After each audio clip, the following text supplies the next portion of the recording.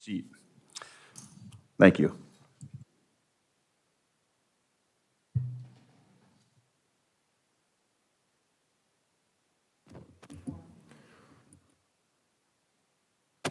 Mr. Chairman, we're on the air also now, so now he's ready. We are in there. We can get started if you like. Okay.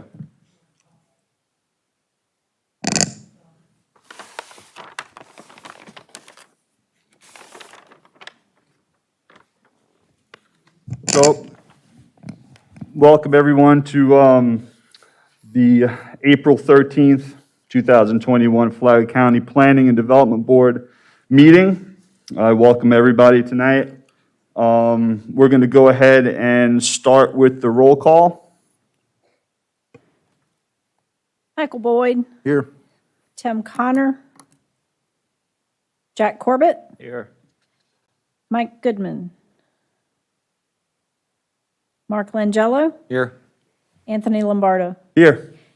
Fernando Melendez, Present. and we do have a quorum.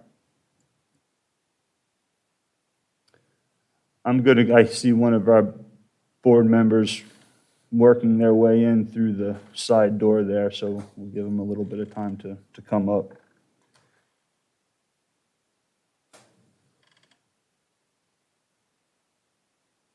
Do we need to do roll call again, or just have Mr. O'Connor let us know that he's here? Thank you. Thank you very much, sir. All right, let's stand for the pledge. I pledge allegiance to the flag of the United States of America and to the republic for which it stands, one nation, under God, indivisible, with liberty and justice for all. Very good.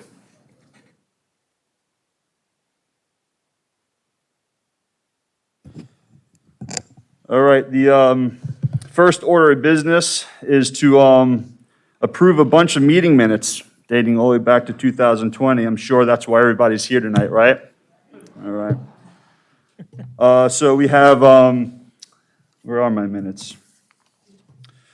We have minutes starting from the March 10th, 2020 meeting, July 14th, 2020 meeting, August 11th, 2020 meeting, September 8th, 2020 meeting, October 13th, 2020 meeting, November 10th, 2020 meeting, January 12th, 2021 meeting, February 9th, 2021 meeting, and March 9th, 2021 meeting. Do we have any comments or corrections from the board that you've seen on these minutes? Mr. Chairman? Yes, sir. Mr. Langella? And I know that we're changing staff to doing this. My comment earlier to Adam was that I noticed that there were several places that it said, there was a discussion, and then there was a vote, and it didn't say even what direction the discussion was going. I don't want to see, we had this at one time, I think you were lucky enough not to see this, but we had almost verbatim we had to read, and that was misery. But this, I think they can at least, in some of the areas, if we could, in the future, I don't think we need to go backwards, but if they could make some denotation of which way the discussions went at least, so when someone reads those minutes, they at least had to know what the general feel for the meeting was. I agree. If there's no other, comment on it, I make a motion to approve the minutes. I'll second them. We have two motions to approve all the minutes.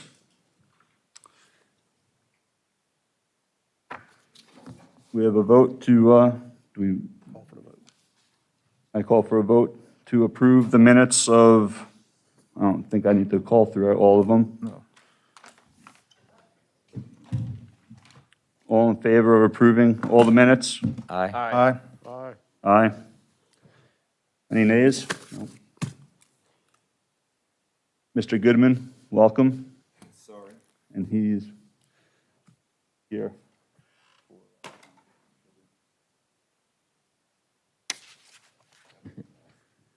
You didn't have any comment on the minutes, did you? Okay.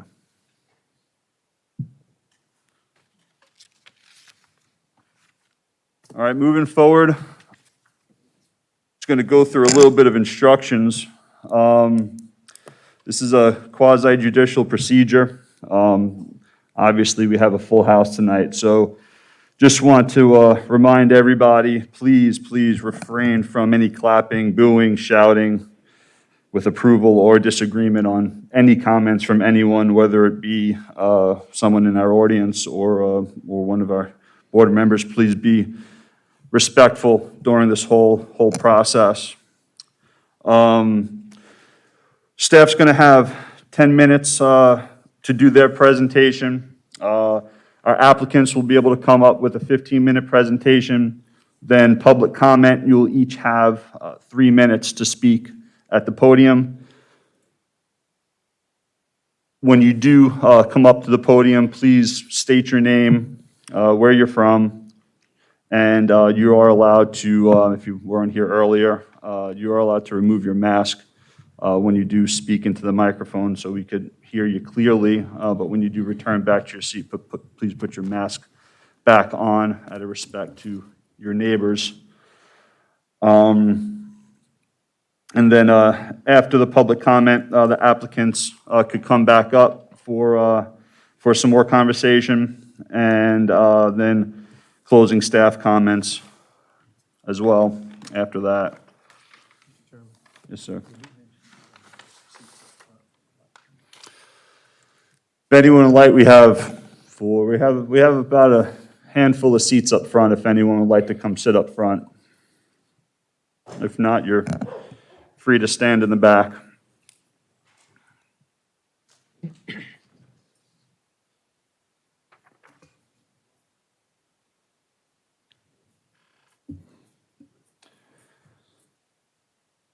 All right, so we're going to go ahead and move forward to the first application on schedule. That's application 3239. This application is for semi-public use in the R1 rural district, rural residential district.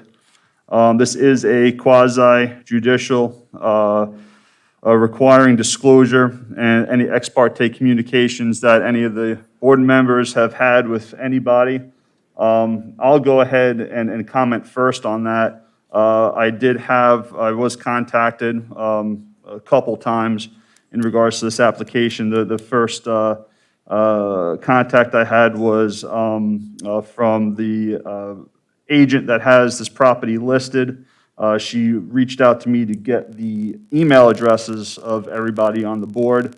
I directed her to get in contact with staff, Mr. Mingle or Ms. Lehman, to get the appropriate information so she could send her emails out or have emails sent to us or to staff to then send to us. My second communication was from Mr. Cimento. He called me just to make sure that I received the memo that they sent out, and that was pretty much the basis of our communication there. I did receive several emails from both sides of the application and read through those. I don't think I need to disclose who sent me an email, but I did receive probably about a handful of emails as well. So that's my disclosure for this application. Mr. Chairman, if I could ask, the emails that you received separately, were they part of your packet that you Yeah, received? they were.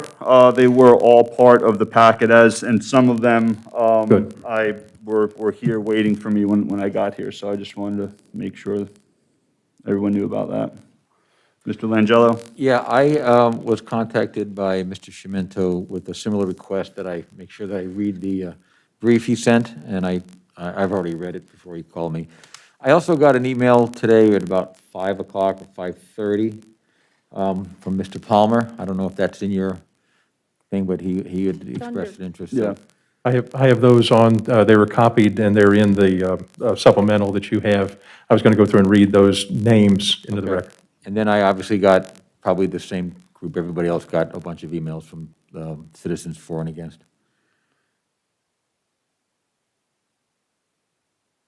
Mr. Goodman? Hello? Okay. I was contacted by the real estate agent also, and we spoke about a few things, and I just told her that I would have to mention it at this meeting, that she had called me and questioned me about this Whispering Meadows Meadows Ranch. And I said to her, I couldn't really talk to her about it. So do I have to tell you who it was? Counsel? Counsel, do we need to name names with our, And I No, rec- that's not necessary. The point of you disclosing these communications is more about the substance of the communication, so that those on one side of the issue or the other have a chance to rebut any prejudice that could have arisen. No prejudice. Mr. And I Chairman, also received the same emails as everyone else. if I could add in the sidebar, what I was asking Mr. Moylan about was typically you'd see a disclosure also if you had shared anything about the nature of how you would vote this evening. And so we've discouraged you previously not to do that. I don't think anyone is. And so I just would ask that if you had made that statement to any of the parties, please do also then state that for the record. But otherwise, I think by implication, you did not, any of you who are making disclosures did not then state how you would intend to vote. I did not know. Yep, thank you. Mr. Chairman, Mr. O'Connell? yeah, I received phone calls from John Tanner and Michael Cemento. Mr. Cemento also encouraged me to read the packet. Mr. Tanner is a neighbor of mine. I represent this district on this board. And Mr. Tanner expressed his displeasure with the magnitude of the operation that this has grown into. I also received letters from John Burek, Susan Kiefer, and Richard Davis. The substance of those is disclosed to the rest of the board. I copied you all on an email with those as an attachment earlier today. So, and I live in this neighborhood, and so I don't know whether that, I don't know how I can represent the district and not live in the neighborhood, but by the same token, this particular item directly affects the neighborhood that I live in, and I don't know if that disqualifies me from participating in the vote. Sir, I that don't think would, it disqualifies me for participating in the discussion. what you've just disclosed by living in the neighborhood, that alone is not enough to create a conflict of interest that would prohibit you from voting on this matter. That is based on the decisions of the Commission on Ethics, which would require you to enjoy a special private gain or loss and just by the vote and the outcome of that action. Just living in the neighborhood enough, it's clear from those opinions, is not enough. However, the law also allows you to abstain from voting if you feel that the appearance of an impropriety is great enough that you don't feel comfortable with it. Well, I think there's an implied direct conflict of interest by virtue of the fact that I live down the street from this thing, and I've got neighbors on both sides of the issue, and I'm one of them. And so I bring to this meeting my thoughts and ideas as an individual that owns property in Beulah Woods and is subject to the restrictive covenants and the other regulations that govern it. So I can't say I can completely divorce myself from that. By the same token, I'm trained to be objective, and I take my role seriously on this board and intend to make a decision based on the testimony and the evidence that's presented here tonight. So you tell me, does the implied conflict prevent me from participating or not? No, sir. Are you saying that you want to abstain? Or you haven't decided? I didn't hear your complete question. No, I haven't decided to abstain from Okay, voting. okay, yeah. So again, the decisions of the Commission on Ethics are clear that just by living in the same neighborhood would not rise to the level of prohibited conflict of interest. If you feel that there's a conflict and you have a divided loyalty, so to speak, in your heart, you are free to abstain, but you are not compelled to do so on those facts alone. So I can make that decision as we go through the process tonight. Yes, right, especially because you have just disclosed the nature of any potential conflict. Okay. Thank you. Good evening, gentlemen. I also received a couple of emails from Mr. Palmer and Mrs. Tanner. I didn't respond to them, and I have not stated anything to anyone about this item that we're discussing tonight. All right. So let's go ahead and start. We're going to start with staff making their presentation. Mr. Mingle? It did have the reference to those emails that you do have, that have been printed out, and I'll refer to those here for the record, that these were received after the date of publication of our agenda item. And so up until that point, we have all of your comments compiled. Hopefully you looked through those and you saw your email and you can say, hey, my email is part of that group. Kathy D. Benedetto had submitted an email for the record separately after our agenda was published. Judy Husick, Marcia Tanner, I believe John Tanner, and then Mr. Palmer along with his attachment. And so you should have those, and the end date order is how those were, data received is what we had waiting for you. And those were the last that we knew of that were received prior to this meeting. So here's the graphic displaying the subject property, right at 4.25 acres, I think. I'll get to that in just a second. You can see then highlighted this small section of Lot 19A that there's a 1/24th interest. So each of those parcels come up with that small square that's on the intercoastal intended for recreational purposes. But the subject parcel is shown in blue on this graphic. And then also within your packets, this is the future land use map that shows the residential low density rural estate, a 1 unit per acre designation. And then our R1 zoning, that's the entirety of this area, so you have that consistency throughout. The PUD, the blue on the background, shows up, I think, because of Lenson's property and what he had done with that and how that was conveyed to the state, but that's, used to call that the Bulow Islands, and that's why I think that shows up as PUD. Then here's the flood zone showing for this property, no flood hazard, it's in Zone X. And then the soils map, we're going to try to include this in each of our reviews, and primarily Ashtatula fine sand on this. And then you got a little bit of Paola fine sand at the front along John Anderson. Should be well drained over this particular parcel. And then along with that, the wetlands map. And this showing then basically in the center of this graphic, this is the property and not within any identified, anticipated in any identified wetland within the National Wetlands Inventory. Request is for semi-public use, known as Whispering Meadows Ranch Incorporated. It was incorporated on February 12, 2007 as a nonprofit Florida corporation with the initial objectives to provide therapeutic and religious retreats for abused and neglected women and children, to provide a refuge for abused and neglected women and children, and to provide shelter for abandoned horses. It is a 501c3 with the EIN number as stated here, and did find no record of a state FDA, Florida Department of Agriculture and Consumer Services registration through their Check a Charity link. That's what, sometimes I ran into this, it's for someone to be able to take donations within the state. I don't know what that exactly means, but I ran into it in my volunteer work. Parcel number is shown here, 5011 John Anderson Highway, Lot 12, part of the Beulah Woods Unit 1 subdivision, map book 26, pages 17 through 18. Parcel bought by the Davises through the warranty deed, January 30th, 1999. Again, 4.25 plus or minus acres in size, and it is homesteaded. I wanted to review the building permits that we had on record.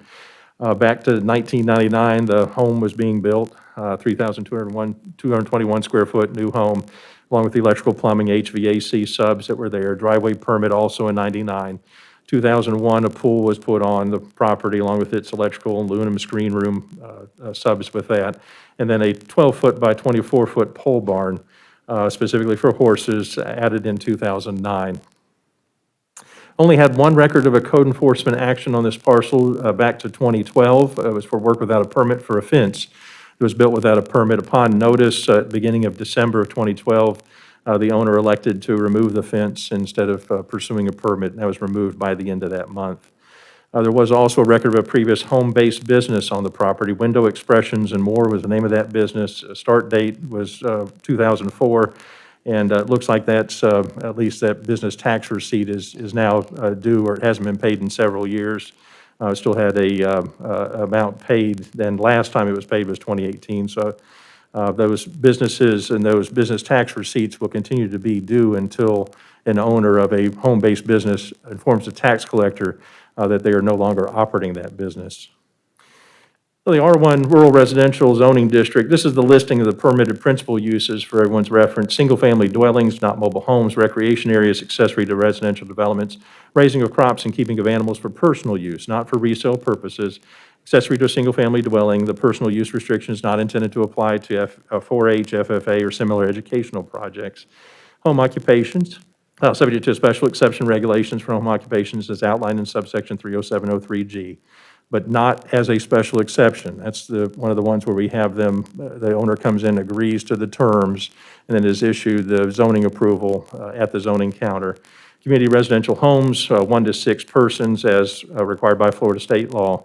And then short-term vacation rentals, all permitted uses. And then our special exception uses, there are 3 listed: cluster subdivisions, nursing homes, boarding homes, and common household pet animal sanctuary shelter facilities. And so useful definitions here, because a couple of questions that have come up was what exactly is a semi-public use? It is not a special exception. It is not a conditional use. It is a unique characteristic to Flagler County. 3 separate categories that we see referenced within our section of the code: public, semi-public, and special uses. Public uses are unique to the government. And so you can see here the definition: use of land, water, or building by a municipality, public body or board, commission or authority, county, state, or the federal government, or any agency thereof for a public service purpose. Semi-public use includes churches, museums, organizations operating as a nonprofit activity serving a public purpose or service, and includes such organizations as non-commercial clubs and lodges, theater groups, recreational, conservation, and neighborhood associations, and cultural activities. The final one, special uses, includes utilities, transportation, terminals, and facilities. These 3 uses are unique in Flagler County's code. They're open for the asking by an applicant demonstrating that they can meet the requirements in any of our zoning districts. And so they're not specifically listed in a zoning district. They are instead listed within the Code of Ordinances, within our Land Development Code, in our Article 3, our zoning regulations, as permissible uses can be requested and be demonstrated to meet the criteria within any of our zoning districts. Public use being unique to the government, we've used these for schools, for parks. Semi-public uses being unique to nonprofits, most often used, as you'll remember, for churches, houses of worship in our code, and those are most often what we see here. And then special uses reserved for utility purposes: sewer plants, water plants. You've seen that last for the master lift station that we had at the base of the Hammock Dunes Bridge. I think it was the last one. Also, we have some cell towers that come in this way. Telecommunications towers come in as special uses. So again, any land use district, you can request those particular uses. Planning and Development Board is then tasked to determine whether or not the use is consistent with the comprehensive plan and whether the use is necessary or desirable to support projected community needs. So those are your tests, but then there's what follows is the ways to get to the satisfaction of those tests. Site plan submittal showing site alterations, improvements to be made, proposed buffers, conceptual landscaping plans. Site plan need not be engineered. Permitted locations, uses, and structures should be shown, and they should be shown in a location not to be injurious to health, safety, and welfare of the public, and they shall protect the existing character of surrounding properties or neighborhoods. Planning and Development Board shall consider impact of the proposed use on land development patterns, important natural resources, cost effectiveness of service delivery where applicable. And then finally, Planning and Development Board is also to determine if approval will impose substantial detrimental effects on the living and working conditions in the neighborhood. So if you decide to approve the use, Planning and Development Board specifies requirements and conditions such as natural buffers, screening, landscaping, limited access or limited hours of operation, and other site development restrictions to protect health, safety, and welfare of the public or surrounding property owners. This is the site plan that was submitted with the application. It is included within your packet. This is oriented in a manner that shows north at the top, your south is at the bottom, east is to the right, and John Anderson to the left on the west side. And so this shows those improvements. Again, this is part of the packet. And as I've structured the recommendation, if you, on the option, if you choose to approve, that this will be binding, and any additions to this then will be required to come back as a separate public hearing here. And so what are you trying to accomplish tonight? Our task through the Land Development Code is a hearing to review the relevant information from the applicant regarding the requested semi-public use. And you're to review this written and oral comments from the public, and all that leading to, first, a determination that sufficient factual data was presented. If you then determine from these two steps, the request from the applicant, the written and oral comments from the public, that sufficient factual data was presented, then the board shall recommend to the Board of County Commissioners approval of the request as submitted, approval of the request with conditions, or disapproval of the request. If sufficient factual data was not presented, then the Planning and Development Board may continue the hearing to its next meeting, and only one such continuance can be granted. And so with that, I'll present options to the board. First would be recommendation for approval of the semi-public use for Whispering Meadows Ranch at 5011 John Anderson Highway is submitted without conditions. Second would be the approval with conditions. Semi-public use approval should run with the land. All development improvements in the extended of use areas and buffers should be restricted to the areas so identified for such purposes on the site plan received on January 19, 2021 and made a part of this record and previously referenced. No signs advertising the nonprofit operation are permitted. Subsequent application to amend this semi-public use will be needed for any new uses or structures proposed for this parcel. Nonprofit organization internal revenue service registration, along with any state or Florida nonprofit registration and the county's business tax receipt, must be maintained in perpetuity for the duration of the use on this parcel. Hours of operation shall be by appointment only in the following days. I'll just, rather than reading all of these, I'll just say Mondays, hours as stated, Tuesdays closed, Wednesdays, Thursdays, Fridays, Saturdays, hours as stated, and then Sundays closed.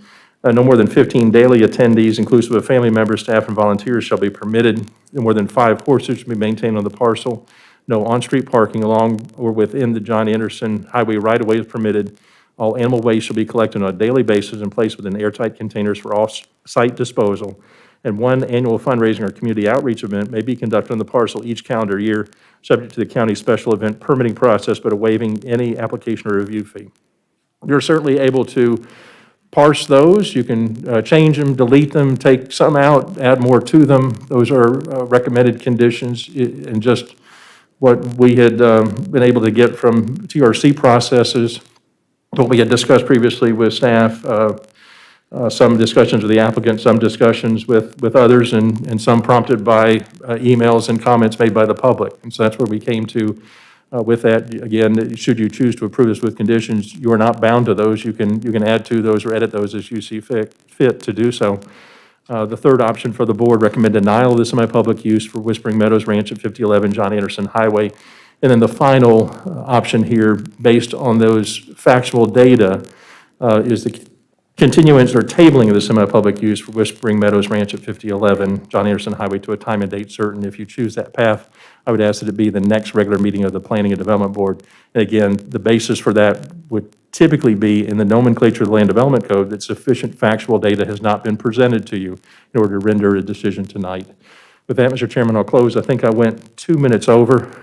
Thank you for listening to me, and I'll submit my report for the record and await any questions or comments. I know that Mr. Baer is representing the applicant, and certainly we'll await then any questions or comments after the public discussion on this item. Thank you, Mr. Chairman. Thank you, Mr. Mingle. We'll let you slide on those extra couple minutes. The applicant would like to come up and give us their presentation, please. Good evening. Dennis Baer on behalf of the applicants, Richard and Helene Davis.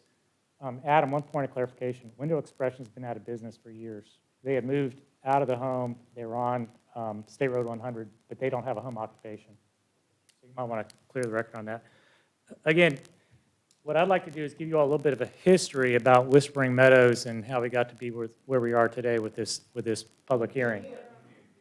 Apologize, is that better? I'd like to give you a little of the history. 13 years ago, as Adam pointed out, Mr. and Mrs. Davis started this nonprofit organization. The idea was horse therapy. They are now licensed in dealing with basically equine-assisted psychotherapy for handicapped children, abused and neglected children, as well as military veterans. I worked with them that entire period of time. When they got started, it was a very small operation. It's gotten a little bit bigger, but we've been very careful, or they've been very careful about making sure that their uses are compatible with the neighbors. They have limited themselves to 4 horses and 1 pony. People make it sound like we haven't been there for 13 years. We've been well known by the school board, sheriff's office, veterans groups. There's been numerous articles in the local newspapers. So the county's been aware that we've been out on the property through a lot of our activities, and there's never been one complaint. 13 years, no noise violations, no noise notices of violations, no smell complaints, no odor complaints, no violations, period.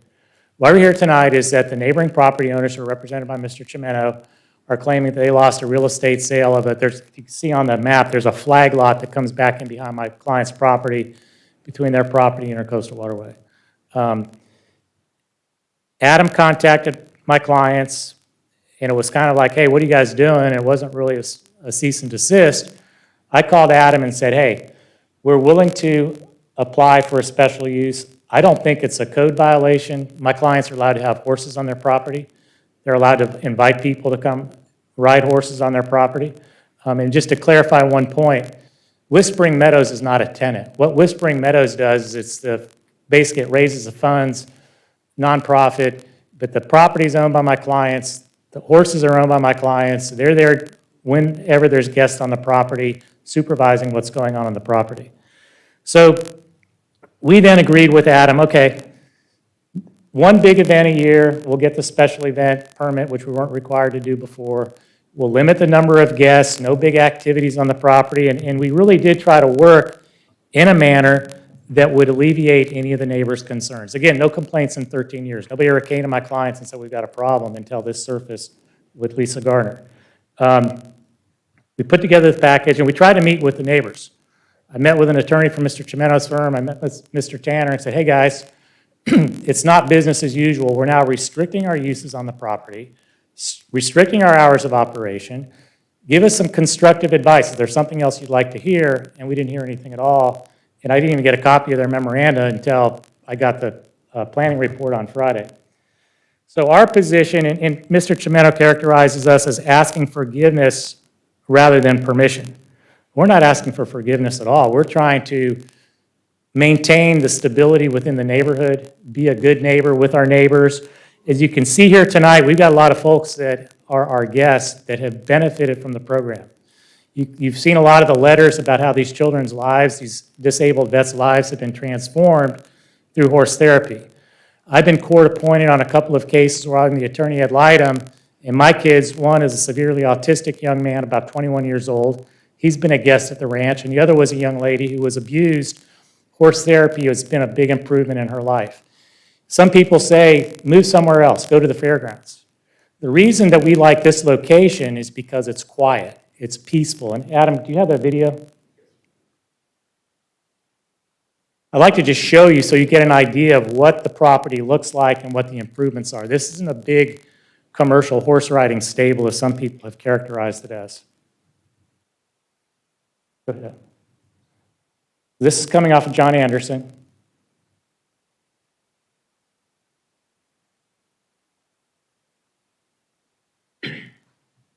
Again, no signage out on John Anderson will be allowed.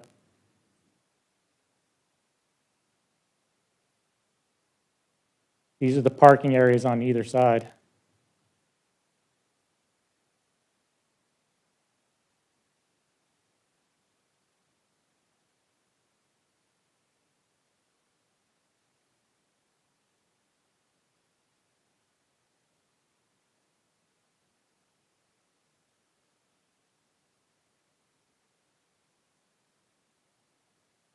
And then this is the stable, or the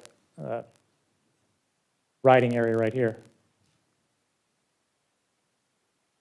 That's good, Adam, thank you. So, as Adam indicated on our restrictions, no riding lessons. Nobody can come out there and rent a horse or ride a horse for pay. One fundraiser a year, limited hours of operation, no amplified sound, waste management, buffers. We're fully ADA compliant. We've had the health department come out and do the inspection on the septic tanks. It's fully at capacity. So we meet all of the technical requirements that the county has asked us to comply with as part of the TRC. In reference to the memorandum that Mr. Chimeno provided to you, again, Whispering Meadows is not a lessee or a tenant on the property. This is the Davis's operation. Whispering Meadows is the fundraising entity. We're not a horse riding stable. It's limited to invitees. Not anybody can show up. And again, most of the young people that show up are with a guardian. A lot of times they're with a counselor or a medical health professional. Same thing with the vets that come out there. It's not just come out and ride a horse. Typically, they come to us as referrals through the school board or through a licensed medical professional. So we don't just allow anybody out on the property. There's been some allegations that are a little disturbing, and I think it was in Marcia Tanner's memo, that this is a red flag safety issue because we have disabled vets on the property. I think that's entirely inappropriate. We've never had an issue, and I really don't anticipate that occurring in the future. Traffic, Mr. Chimeno says we should have turn lanes. 15 guests a day, we need turn lanes off John Anderson. That seems a bit overkill.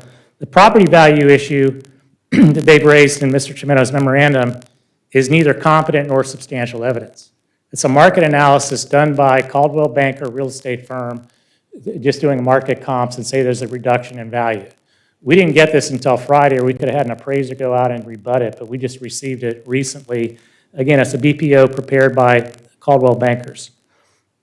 And then the other issue that we've heard a couple times, both from Mr. Tanner as well as from Mr. Chimeno, is that somehow this is going to be a slippery slope.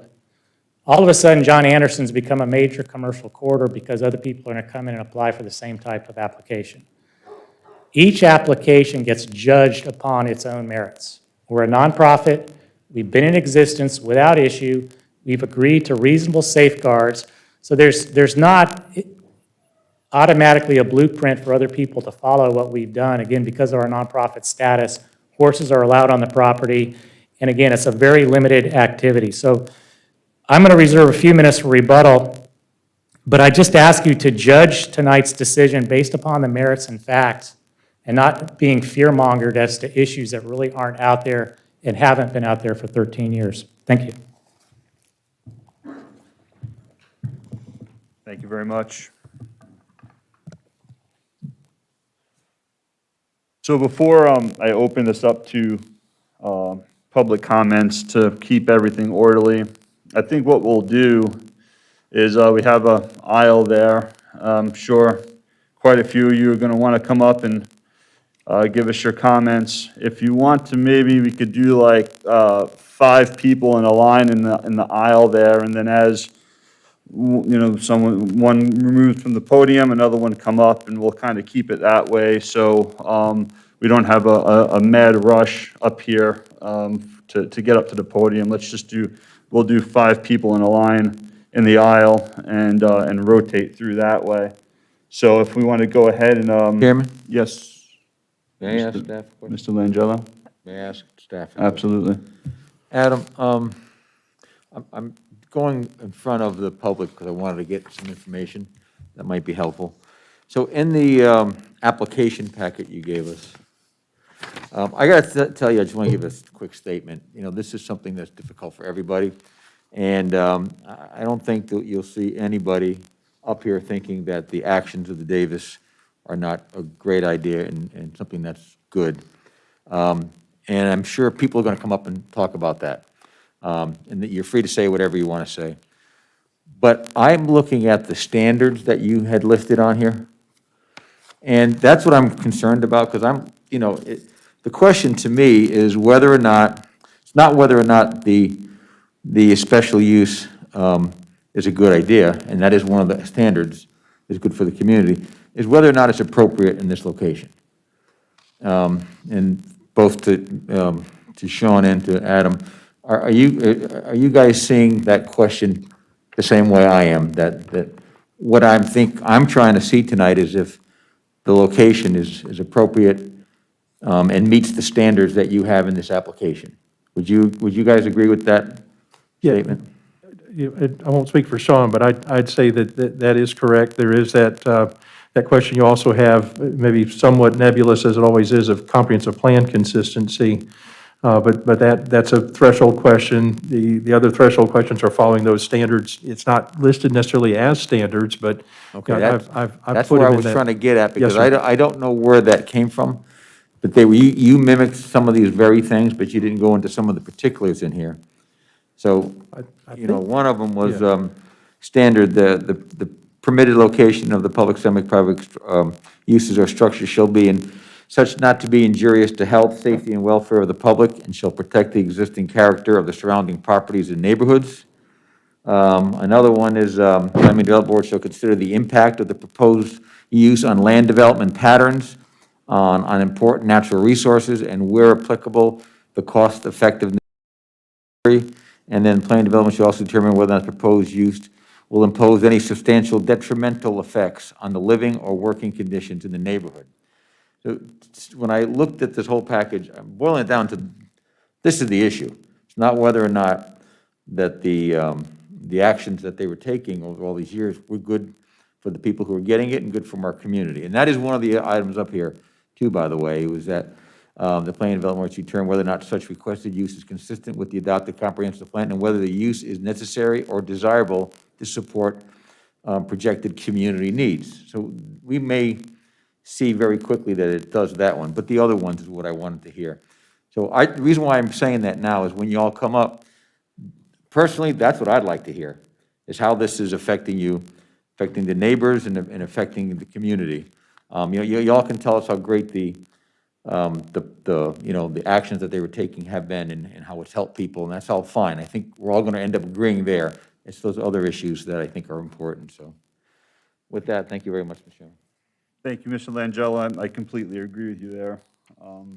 We do, I'd have to say, are unanimous that the Whispering Meadow Ranch does do an unbelievable great deed to our community and the people that enjoy it. But what does it do to the surrounding area? And that's what we're going to definitely be looking for today. So at this point now, let's, like I said, in regards to public comment, we already started the line. That's perfect. Come on up, and you each will have 3 minutes for your presentation, and state your name, where you're from, and feel free to take off your mask and please speak directly into the microphone. Thank you. Valerie Sanson, Flagler Beach resident. As educators, and I'm here with 2 others, all in this county for over 30 years, we asked this board to support Whispering Meadows Ranch in Flagler Beach seeking approval for a semi-public use of land permit. The ranch offers community service programs that include children we see every year in our schools benefiting from these services. Children with disabilities, foster care children, and as a volunteer-based 501c3, the ranch gives opportunities for many high school students to learn the value of helping others, accepting differences among us, and earning their required volunteer hours for credit in our schools. We have watched the ranch enrich our community for 13 years and give our students with and without disabilities learning opportunities that our schools cannot offer, lessons that align with our values and reinforce educational goals. Patty Holloway, Flagler Beach resident. We see online and in person how our school families are facing some of the most pressing challenges of job losses, reduced incomes, homelessness, and limited resources to include children with disabilities and special needs. Even our shelters are not equipped to provide services and care for families with special needs. This ranch has stayed open and together during this hardship to support our local children and their families in a safe, outdoor, healthy setting following the CDC requirements. They have allowed the children to maintain the routine with the horses they know and love, even during this crisis. It has relieved families of burdens that would have been overwhelming to some living on the edge during this pandemic. This is an opportunity for this board to re-examine and come together to see how, as a community, we can support our children and families with special needs and others. Where will these children and families go for the services the ranch provides if you close them down? Hi, my name is Tammy Gray, resident of Flagler Beach. I've been an educator in Flagler County right out of college for almost 30 years now. We have seen how therapeutic it is for these children who display shy, afraid, frustrated, and even angry emotions before attending programs at the ranch, and watch them develop into friendly, happier youth, working with kindness and cooperation, as well as finding more success with skills in academics. The equine therapy and volunteer support groups work like magic in our students' lives. They have built relationships with these families, and these families look to the ranch even more during these times for help, relief, and consistency in their lives. Do not take that away. What other direct and high-impact strategies and resources does this county provide for these children and families at risk and with special needs?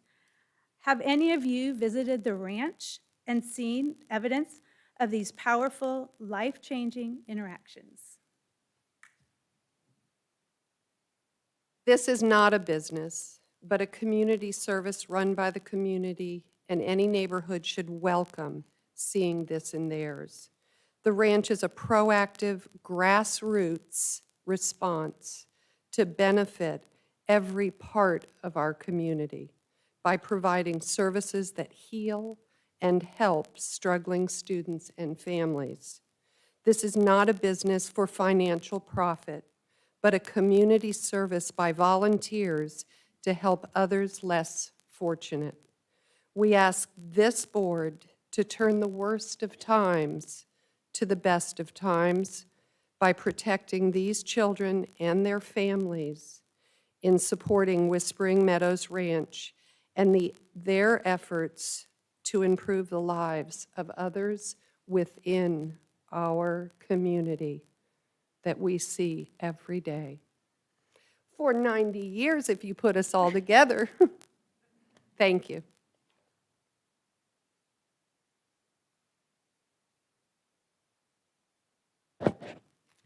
Good evening, gentlemen. John Fisher from Palm Coast, and I was a past school board member in Flagler County. And I've dealt with Special Olympics, Down syndrome, autism, and one of the most favorite and passionate places I've been was Whispering Meadows Ranch. What they've done is superlative to what we've been seeing, what they're helping with the disabled. But my first question and curiosity is, after 13 years, I was with them for 12 years, working with them, not for them, because they're such a team and a family.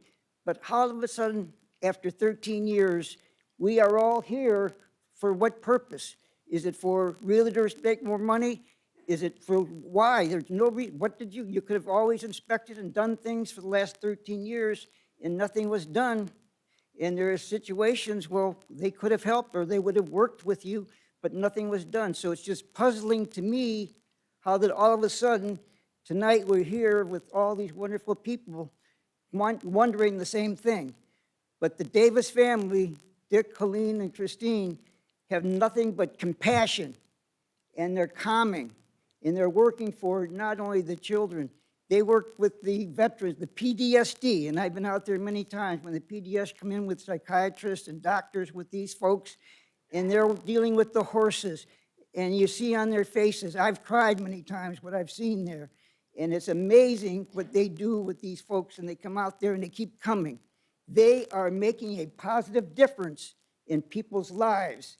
And for this to come up like this, if there was more people in this world like the Davis family, our world would be in much better places.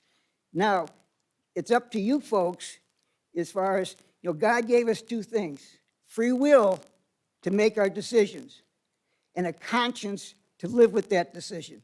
So I'm asking you to reflect on actually your conscience to see what is the right thing.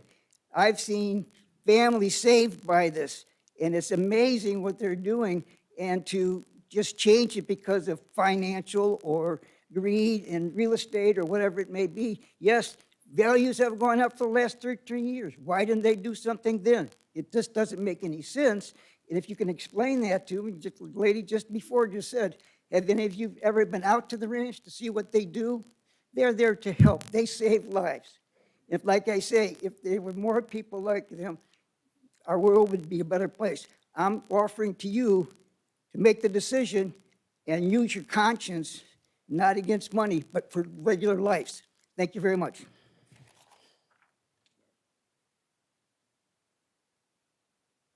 Good evening. My name is Christina Blackburn. I'm from Palm Coast. I've been in this county for over 50-something years. I've been with the Davises from the beginning. My son is right there. He started this program. Now it's at a risk of losing this program. My son has cerebral palsy and autism. If it was not for the Davises, my son probably would not be here today. Okay? Are we going to go back to the middle whatever and shut these children back into shelters again and not let them live amongst us? They're citizens just like what we are, what you guys are. If it's not for the Davises, allowing them a place to go and ride the horses, which they benefit from, they would not explore life as somewhat of a reality of what we do. When COVID hit, my son had to stay inside. It was detrimental to him because he can't wear a mask. When they were able to go back to the ranch, he started living again. You want to know why we can't move to the fairgrounds? It's too loud. Autism children cannot be around loudness. The ranch is quiet. This has all come about money. About money. My child's life is more than money. My child's life is about freedom, our freedom. Freedom that every veteran that goes out there has fought for. The freedom that that guy that's selling his property got because somebody fought for it. It shouldn't be about money. It should be about life and enjoying life and what my son can enjoy for riding that horse. Go out there, experience it. Look at that ranch and what those children can do and what the benefits they do. We're not bothering nobody. The Davises aren't bothering nobody. They're offering a great, great benefit to these children. They're not angry children. They're not harming nobody. They're living life the best they can like the rest of us. Thank you.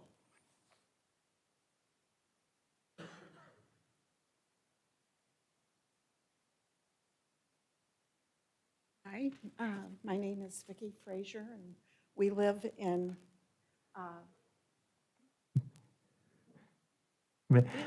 Palm Coast. Ma'am, if you could slide over to the microphone and speak directly to the Okay, microphone. we live in Palm Coast. My name is Vicki Frazier, and we chose to buy our home here in Flagler County just 3 years ago because of the services, because of the Down Syndrome Association and Whispering Meadows Ranch and the services that they provide. And when I inquired what the cost of the therapy sessions would be. The Davises made it clear that they were a nonprofit organization, and it would be by donation only. They were also quick to say that they were not a public riding stable. The Davises and the volunteers at the ranch showed us love and acceptance and made us feel welcome to Flagler County. They are the type of folks that you would want for a neighbor.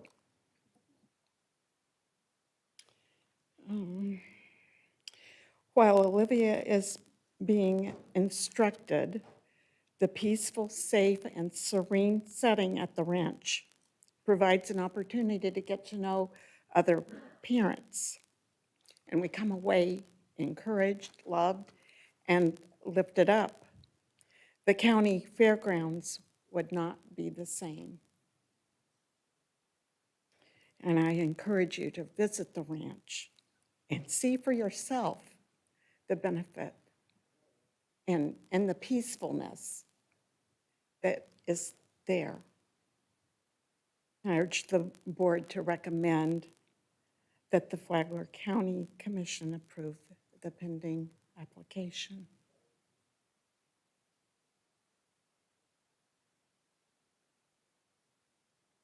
Hi, I am Olivia Frazier. I'm originally from Ohio, but I came over 3 years ago to Palm Coast. All I'm asking you to approve of this. All of us, all the kids, have their own life and purpose and confidence. So the Meadow Ranch, they help us in many ways. Thank you.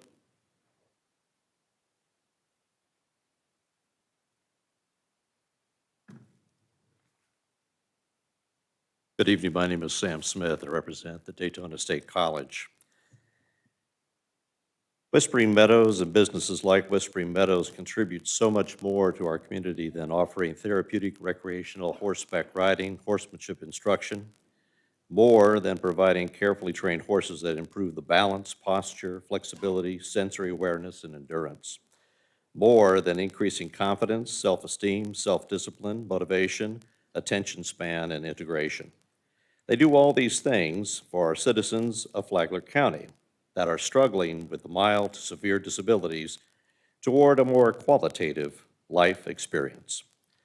With these attributes, Whispering Meadows has become a vital partner with Daytona State College in encouraging, educating, and electrifying our college students in the field of occupational therapy, which is the science of developing skills and techniques and adaptive environments in support of a more independent life. Daytona State College students have nothing but praise and promise to continue their studies, their practice, and their careers based on what they have learned and experienced from wonderful partners such as Whispering Meadows. The students need Whispering Meadows to apply their talents and skills for those in need. The community of the less fortunate need Whispering Meadows as an outlet and advantage to help them live more productive lives. And finally, Flagler County needs Whispering Meadows as a benevolent, responsible, and inspiring contributor to one of the many reasons people move to this area that cares. Daytona State College supports Whispering Meadows in the past, present, and future partnership. It is our hope that the commissioners take seriously the contributions of Whispering Meadows in considerations brought forth here today. Thank you.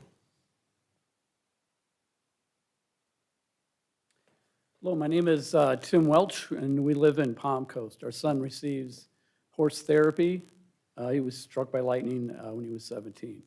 I just wanted to point out a couple things that you may not be aware of.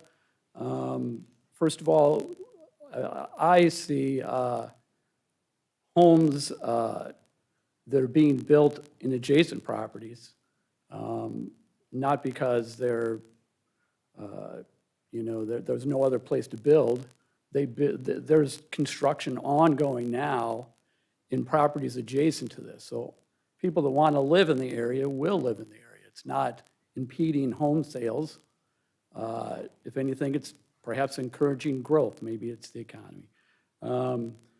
Two other comments I want to make. The other was, I don't think that there should be any limitations on the number of people that can attend per day. Homeowners aren't required to have, you can only have, 15 people come to your house in a day. No, there's no requirement on that. There should not be a per person requirement at this location either. The other thing is the number of horses. The number of horses is going to be determined by the people who run this outfit. These people started an outfit. It is growing. It is limited in size by the area that they have. That limits what can go there. Now, they may want to put more there. They may not. They may want to constrain it just to get this approved. I'm not sure, but one thing's for certain, these people saw a need. They took action where the public of Flagler County people did not take action. The individual took action. And I just want to say that there's another outfit, the Step Up program for people with disabilities, really is for intellectual disabilities. This program is totally different from that, and it takes people that have other issues, other special problems. And it's, quite frankly, the only provider of service in the county. Thank you.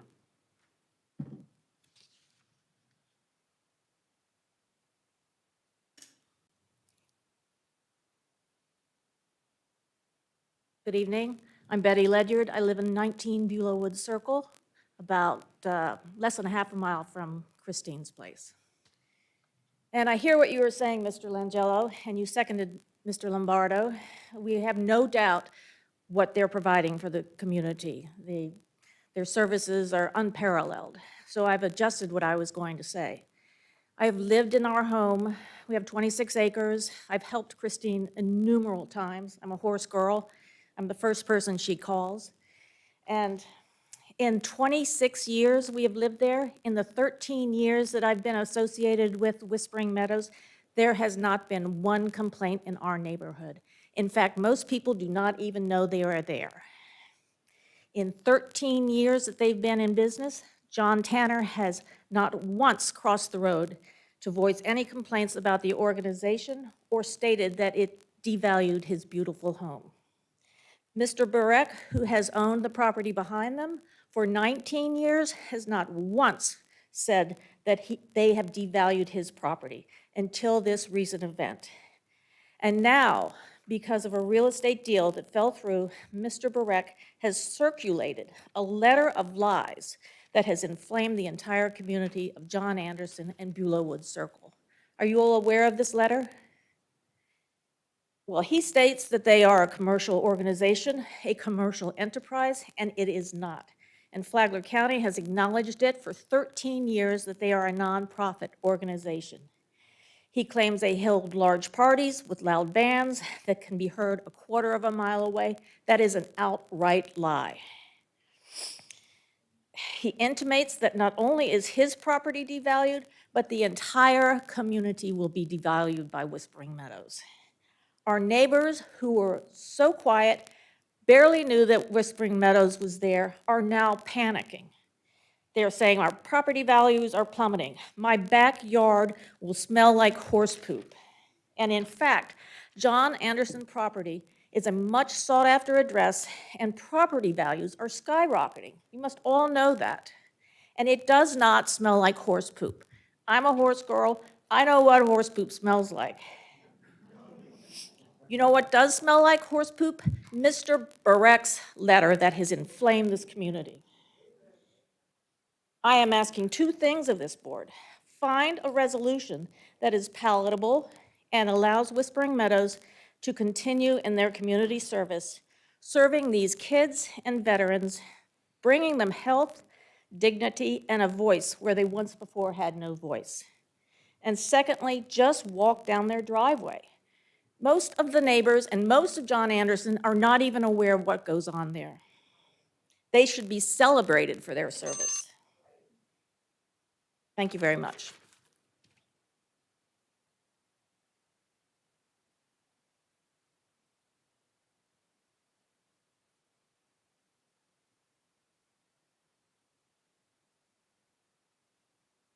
Hello, my name is Dr. Jennifer Baker. I'm an occupational therapist. I've been an occupational therapist for over 19 years. I'm the owner of Castle Therapy, and I'm here in support of Whispering Meadows Ranch.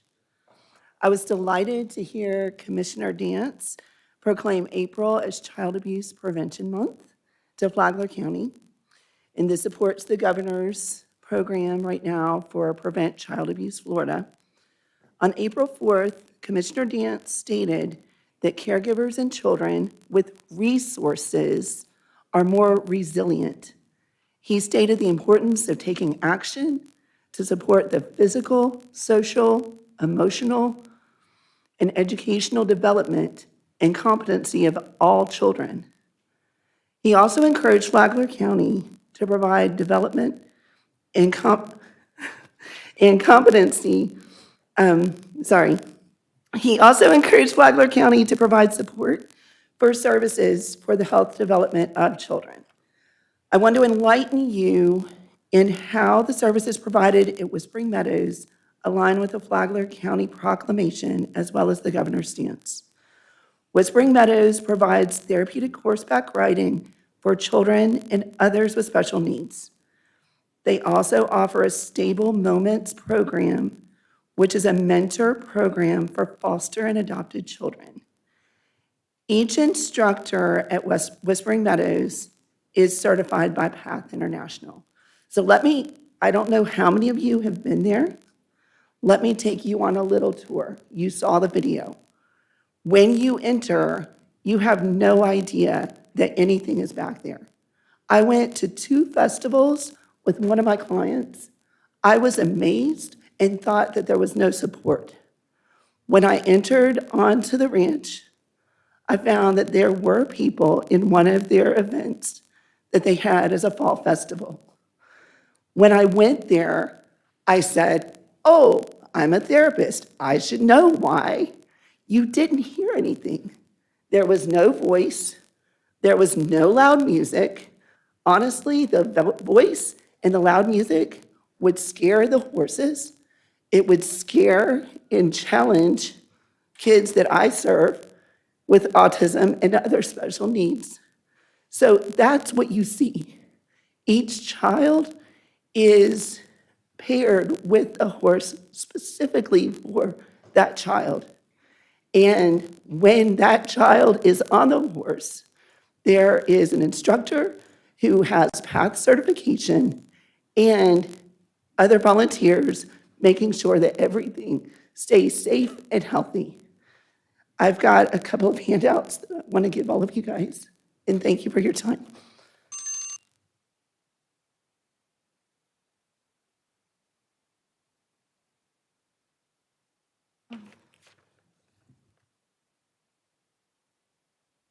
Good evening. My name is Celeste Baker. I'm a sophomore at Matanzas High School, operating. For many years, this ranch has provided services for those with special needs.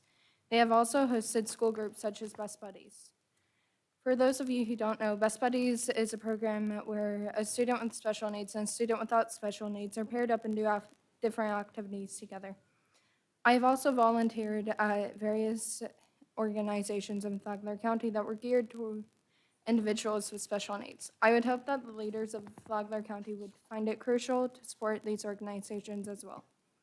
I'm asking you this evening to support the approval of Whispering Meadows semi-use location. Ready your time.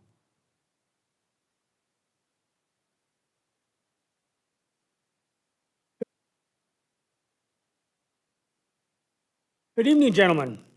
My name is Mark Moscone. I'm the resident. I live at 47 Beulah Wood Circle. We share a property line. I don't know anything about horse poop, but I know an awful lot about bull poop. Thank you.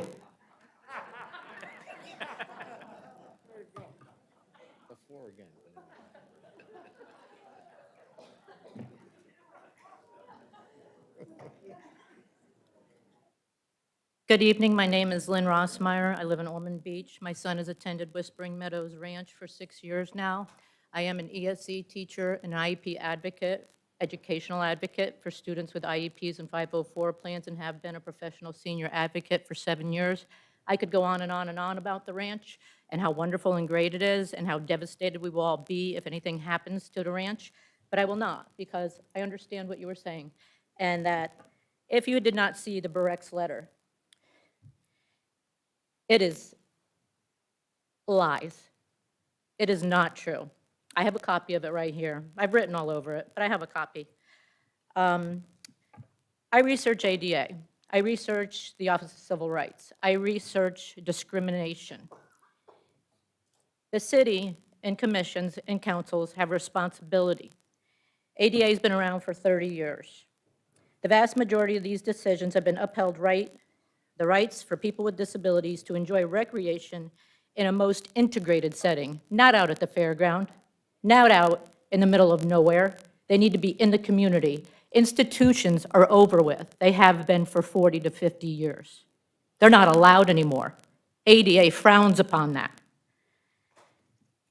The ranch is not even a recreational institution. It is a therapeutic, well-trained, well-oiled machine that is quiet and professional. I am a perfectionist. Mr. and Mrs. Davis and Christine are perfectionists. They would not tolerate the smell of any horse poop. They would not tolerate loud noises. They would not tolerate bands or disturbing their neighbors. They would not tolerate what is going on with the letter from the Burex. I am making myself available to anyone in this room. If you need information about filing a conflict of interest regarding ADA and their responsibilities, as far as disparate impact, people with disabilities should not be discriminated against by unfair application of administrative rules and policies. Many rules and policies exist for good reason. However, the rules implemented cannot have a greater negative impact on people with disabilities than people without disabilities. You cannot discriminate against them because your sale fell through.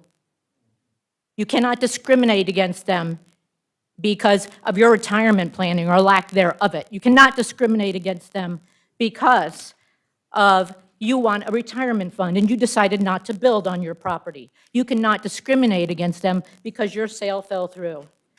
Real estate sales fall through all the time, and this is about money. I'm not a money person. I'm not a business person. I'm an ADA person. I'm an IEP person. I'm an ESE educator.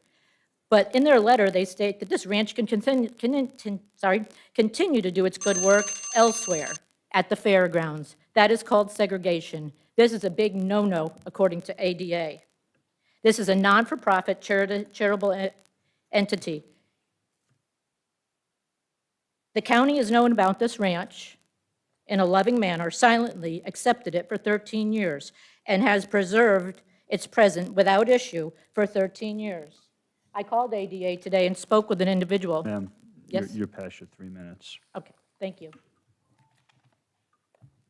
Thank you very much. Good evening, gentlemen. My name is Colleen Conklin. I'm with the Flagler County School Board, but I'm here as a citizen this evening, and also to confirm some of the things you've been hearing about the service that this organization has provided many, many, many of our students. I find it actually somewhat embarrassing that we're even here after 13 years having this conversation, truly, especially after a project like the Gardens was approved. And if we want to really have a conversation about impacting the safety, the welfare of our community and that corridor, then this is not the type of property that should be of concern. So I want to address some of the comments that you made, and I appreciate you taking the time to share. That's really what you were looking for. The room tonight, everyone can tell you the benefits of the ranch, but I understand what you're looking at, and specifically in the zoning and some of the issues that you're dealing with. The property is already zoned to allow for equine. They don't even have the maximum number of horses on the property that are allowed. Whispering Meadows, the nonprofit, is a fundraising arm. Even if you deny them, what would stop them from having invited private guests? This is an embarrassing conversation to even be having. Our community is better than this. Our county is better than this. This is shameful that we are even having to have this conversation after 13 years. County knew this program was going on. Everybody knew this program was going on. There's a reason we're all at the table. Ask yourselves why we are at the table now. And if that is not an honorable answer that you come up with, we should not be having this conversation. And the good work that's happening should continue. But if you really look at the land use, they have the right to use the land that it was zoned for, and that is to allow for equine. So I'll leave it there. I hope and pray for your good judgment. And just understand, again, I understand it's not a property issue, but the service that is provided to our community is one of a kind, it's unique, and it is one of the things that makes Flagler County, Flagler County. Thank you, gentlemen.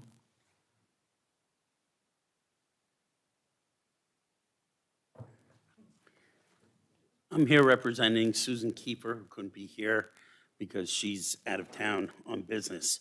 But I have a prepared statement that I'm going to read for you from her. All right, board. I recently purchased a property on 49 Beulah Wood Circle, Flagler Beach, with the understanding that it was strictly an R1 residential neighborhood. I've been a homeowner in Flagler Beach for over 23 years and purchased this property, 49 Beulah Wood Circle, to be in a quieter neighborhood across the bridge. The R1 zoning is vital in that it protects this neighborhood and the home values. My new property abuts the Whispering Meadows Ranch, and while I'm a great proponent of the Davis family and a supporter of assisting people with horse therapy, I'm completely against changing the covenant and permitting the ranch to do business in a residential R1 neighborhood. I'm concerned that permitting the ranch to operate as a commercial or nonprofit business would not only affect property values, but would open the way for the possibility of other adjacent properties to become business operations in the future. I hope the Davis family continues its great work, but not in a residential neighborhood. Maybe the county would assist them in donating use at a county fairgrounds or agricultural center. I strongly urge that the current residential covenants are upheld, ensuring all property values are protected. If I had known about this special permit issue when I purchased my lot, I would have chosen another lot. I'm against being next to a business. Thanks for your consideration. Mr. Chairman, if I could, sir, if you could, sir, staff over here on this side to your left, if you could just state, I didn't hear your name for the record. I know you were reading on behalf of Susan Kiefer, but if you could just. My name's David Kiefer. Thank you, sir. Good afternoon. My name's Chance Jules, and I'm an active volunteer member of the Whispering Meadows Ranch. I'm also a former Flagler County Sheriff's Deputy. I'm here on behalf, because I am a commercial real estate broker for over 10 years, Florida license number BK3251885. And if we're going to talk about Mr. Langello and his concerns, I believe I heard the word BPO, which is a broker's price opinion. And it's an opinion, and we all have an opinion. I'm also a real estate developer, and I specialize in rural land development. And what I've noticed is this is the perfect property to operate this ranch on. It's over a 4-acre piece of parcel, and the Andalusia fine sand is perfect for horses, and it doesn't get in their hooves and cause hoof rot.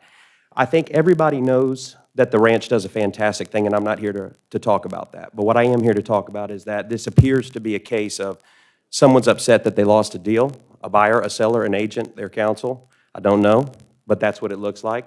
I believe there's some entrenched interest in this on the behalf of the opposition.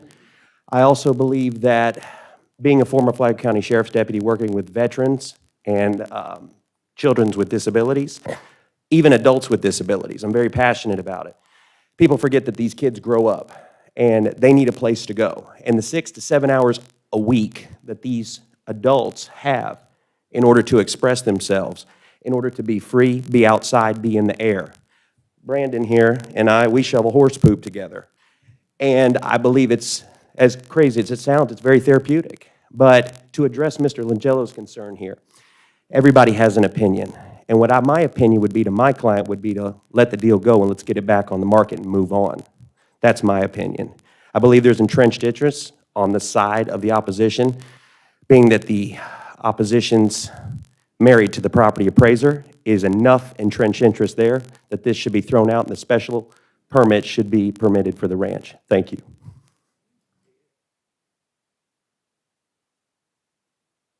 Well, that's a hard act to follow. I'm Sarah Benson, and I live less than a half mile from the said property. Can I turn this up? Or You keep can talking? move the microphone down, ma'am. Thank you. Okay, I'm not accustomed to doing this. I live less than a half a mile from Whispering Meadows, and I've lived there 21 years. And I've never, ever been annoyed. I've only had a warm feeling in my heart when I pass the ranch, because I know what they do.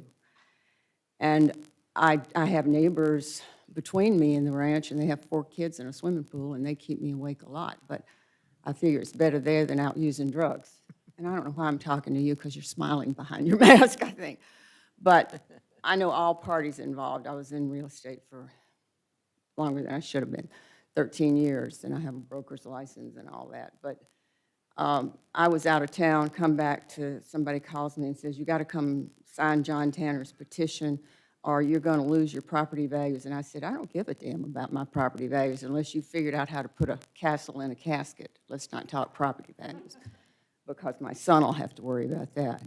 So also my son, thank God, is not handicapped, doesn't need these services, but sometimes we have to put him on the front porch and serve him a cocktail. So I'm sure they do a lot of good. I'm sure that somebody's upset that they can't sell their property, and pretty soon there's not going to be much to sell with the way the water's rising down there. So pray we don't have another hurricane. Thank you.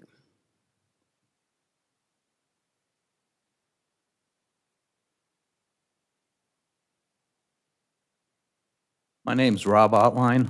I live at 46 Beulah Woods Circle. I've been there going on 31 years. As long as this place has been there, I have never smelt any horse poop. I have never heard any loud music. But one thing I would like to address and take mention of is you talk several times about single-family residencies in this neighborhood. The county has granted a number of permits just in my neighborhood that they have put up second residencies on single-family residence properties. And if you can do this, I'm sure you can pass this ranch, which bothers no one. Thank you.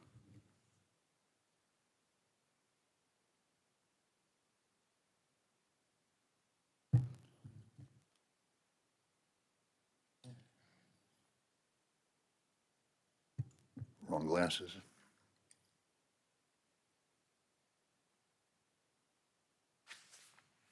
Hi, my name's Cass Ledyard. I live at 19 Beulah Woods Circle. And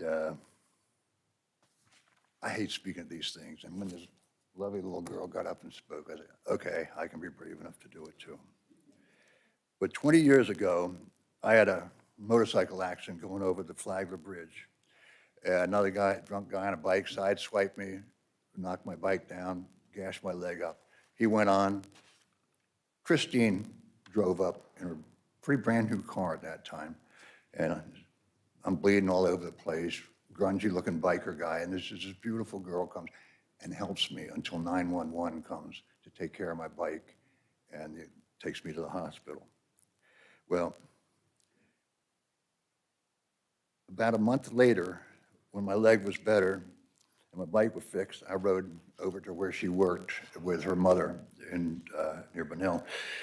And I offered her $100 for thanking her for taking care of me, to take your husband to a great dinner or whatever. She said, no, this is just neighborly. That's the kind of people, that's the kind of neighbors Dick, Helene, and Christine are. They're really good people who help make the neighborhood a great place to live. They're incredibly hurt by their neighbor's reaction to Mr. Tanner's and Mr. Burke's prognostications of what's going to happen to their property of their value. They care about the less fortunate people. They try to help. And can the other players in this fiasco say the same thing? I don't think so. Mr. Burke's inflammatory and erroneous letter to locals has made locals feel they're losing property value and quality of life, having to put up with loud bands and constant traffic of people, smell of horse manure. In fact, the ranch is kept meticulously. And horse poop doesn't really smell. It just doesn't. I mean, it's good shit. It doesn't smell. Okay. Now, I would say, if there is any perceived loss of value, it would be because of Mr. Burke's letter creating an inaccurate picture of the program. Sorry you lost your sale, but this is not the first case of buyer's remorse. The realtor, in my estimation, did a poor job at representing the buyer and the seller. She should have made the buyers aware of the neighbors. In addition to that negligence, she did not get a non-refundable deposit to help protect the Burkes. She didn't deserve the sale. Lawyers. Mr. Tanner, who I believe began the proceedings trying to remain anonymous. This is not the neighbor I want going behind my back. He has lived across the street for many years and, to my knowledge, never reported problems. Am I done? I'm over the thing. Okay. At any rate, these are great people. These are great people. It's a great program. And I hope you all do the right thing.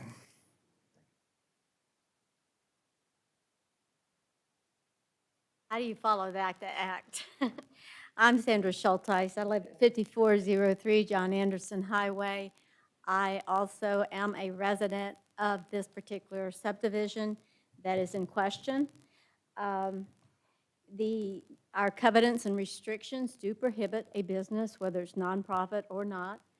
I am totally in favor. I know that because of the pandemic, that the cases of this sort of a business is up 52% for behavioral health services. So we are indeed in lack of a lot of places that can provide this type of health services for children. I have an epileptic grandchild. He attends the same facility up in Mandarin, and with 85 horses, but it's a large facility. So there are these places. I am totally in favor of what they are doing. I do not smell horse manure. I don't have any problem with it. They've never bothered me. We are a very good community, our area. The only thing is when you put that up there on the number 2, you have this conveys that it runs with the land. I am against that.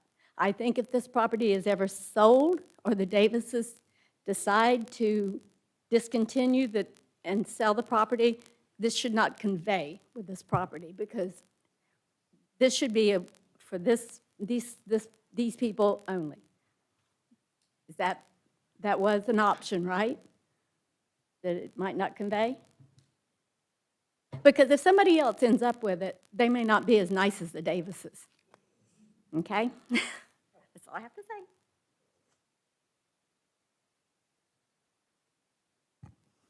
Yeah, hi. My name is Rick Alford. I'm a neighbor. Got about 3 houses between my house and this property. I've been there for 6 years. I've never heard any noise whatsoever from there. I've never smelled horse manure. Never had any traffic issues at all. I've never heard one negative comment about this place, only good. I don't think it affects the value of our real estate. I've been a former realtor myself. You know, sorry that the sale fell through, and I think it could have to do with something other than the fact of what they're doing on this location. Maybe it's the fact that pretty much that whole property flooded during Irma, except for the driveway coming in. The driveway coming in is covered in trees. It's a big ordeal to clear that. I think if a buyer came in to figure out what it would entail to get this property up and running, I think they would have a lot of additional charges. And I think that could have scared anyone. And I don't think this could have been the real issue, although it's possible. Again, I've never met, I never met the Whispering Meadows people until about 2 weeks ago. I've heard nothing but good from them, about them. I went down there to look at it myself. It's impeccable. It's completely organized, no smell. I couldn't find one thing wrong with the place. And it definitely cannot hinder or bother any neighbor. And there hasn't been one problem in 13 years. So one person says they're backing out of a sale because of that. They might have just thrown something out there and said that. But anyway, that's all I have to say. Thank you.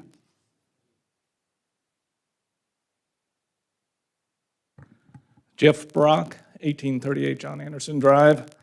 My daughter receives services at Whispering Meadows. I'm not here to talk about all the great things that they do. You've heard plenty of testimony to that. I am a board-certified real estate attorney. I would like to remind you what Mr. Baer said, that a letter from a neighbor saying that the property values are going to decrease because of these operations is not competent evidence that you can consider in this hearing.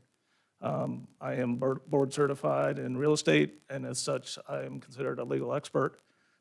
Because of the conflict with my daughter receiving services, I won't render a legal opinion, but I just wanted to bring this to your attention that the allegation that this is going to lower property values is not something that is competent evidence for you to consider. Thank you.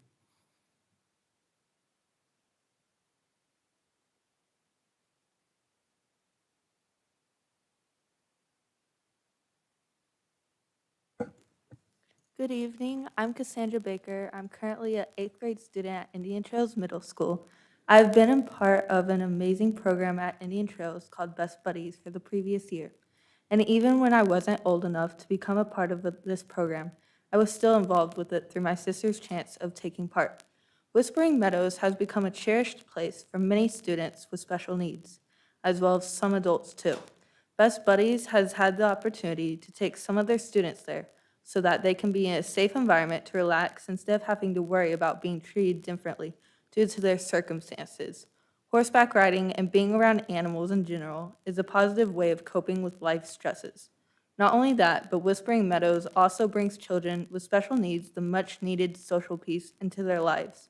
I'm asking on behalf of not only Whispering Meadows, but also children of all ages who have special needs, please allow them to continue providing their services in the same peaceful place they have used for the last 13 years.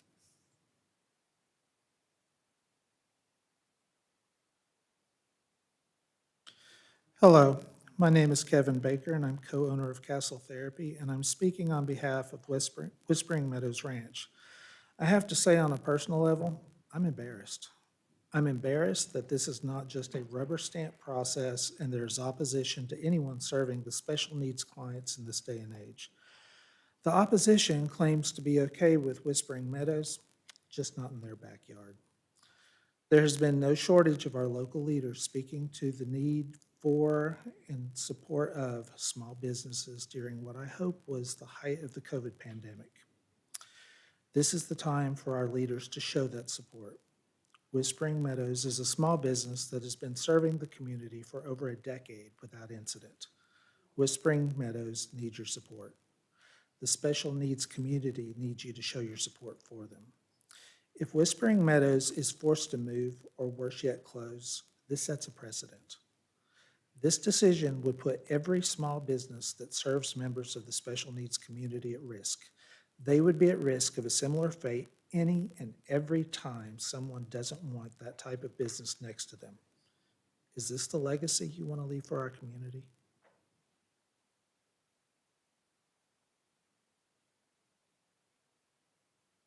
Good evening. My name is Sandy Smith. I'm a resident of Palm Coast. My daughter, Sarah, has been a part of Whispering Meadows Ranch for over 10 years. I'm very upset that we as parents, volunteers, property owners, training staff, and participants of Whispering Meadows Ranch are standing here before you tonight to request that you, as the board, make the right decision to approve a semi-use application, which in the 13 years of their existence was never requested until now. Their vision to bring the community together through recreational activities, out-of-school learning experiences, and community gatherings, to me shows horses have the power to change and enrich the lives of everyone who steps foot on their property. If you as a board member have never visited Whispering Meadows Ranch, I urge you to experience firsthand the commitment and dedication the Davis family has brought to the Flagler County community. Step foot on the grounds that has provided so many families a transformation of accomplishments, compassion, growth, respect, trust, and leadership.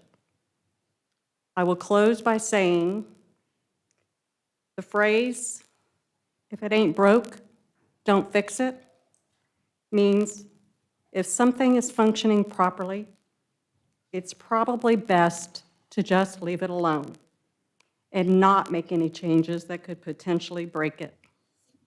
Thank you.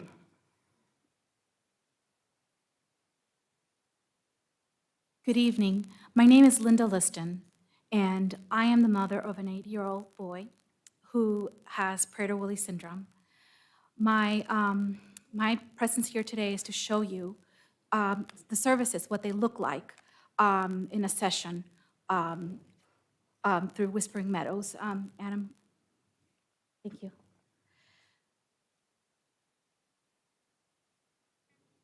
They're about 15 seconds to, and I think the other one is 35 seconds.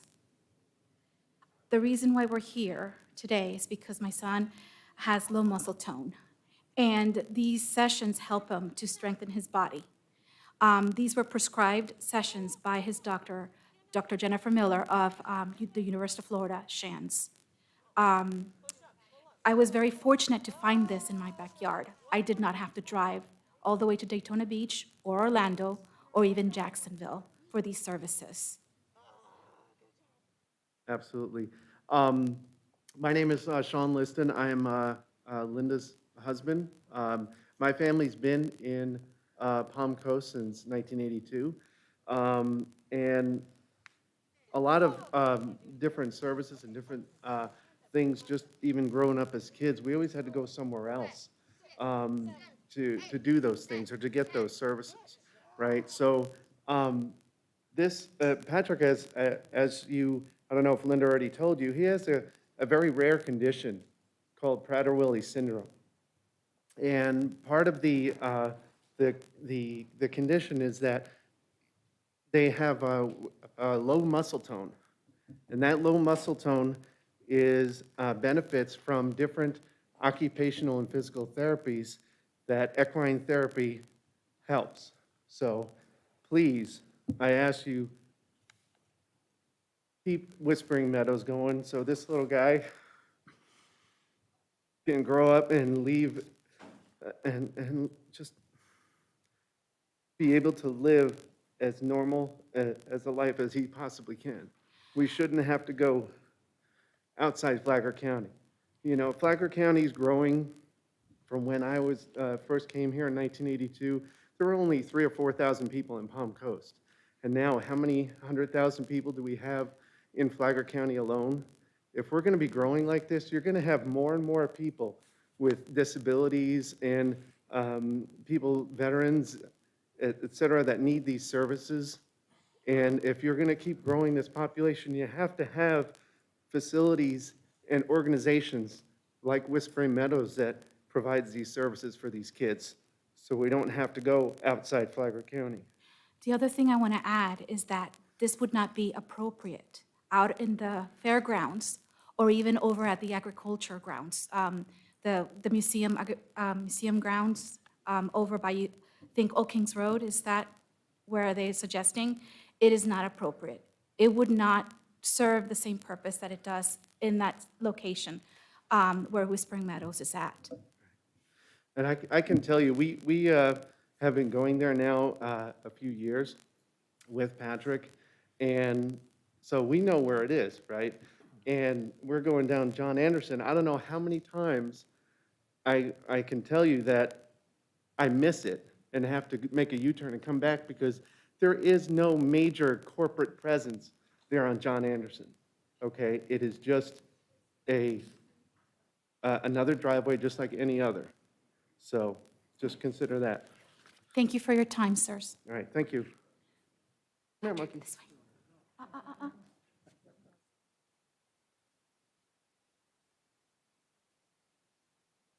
I'm Marcia Tanner. I live across the street, 5,000 John Anderson Highway. Been there 38 years. I'm going to say some hard things, okay? First of all, I need to correct Dennis in that I have nothing against veterans. I'm married to one. I'm married to a Special Forces Army officer. So I've seen what happens with veterans, the PTSD and such. It's very, very serious. My husband's had clients, represented them in criminal cases. The problem is, this has caused a division in our neighborhood I have never seen before. Neighbor against neighbor, even family members against family members. It's really sad. It used to be that if you had a problem, you just called the posse and they'd show up at your door. And everybody wanted to help everybody. But now we have this problem going on. This organization does amazing things, and I believe the Lord is blessing it. But I also I think the Lord expects us to follow the rules and regulations of our community. It's not zoned for this. It's gone on and on. There have been complaints. There are a lot of neighbors that border this are not really all in favor of it. I understand that many of these people here are using the services, and I'm glad. But there are offers as we speak right now for big pieces of property with actually a pasture for the horses they could use. Wonderful situation. So lots going on right now. Okay, everybody says they can't go to the ag fairgrounds. They can't go to some place where there's a pasture and more room because this ministry is going to increase. The need with the immigration, the COVID, all these things, it's going to increase and it needs a bigger place, not Dick's front yard. As far as veterans, this is going to be a hard thing to say, but I'm going to tell you what happened. My husband and Denny Bear met with Dick over there to talk about the situation. Dick told my husband, and I'm going to quote you, that he is now ministering to a veteran, a Marine, with PTSD, and Dick says he's a sniper and he's a killer. But, quotes, I'm making progress. I think he's about to get a grip on it. Now, what does that mean? Okay? I think this is over Dick's head for counseling. I don't think Dick is licensed for anything. Okay. Yeah, I know you. But that's it. I am a licensed counselor, was in the Flagler Schools working with the Children's Advocacy Program as a counselor for abused children and families.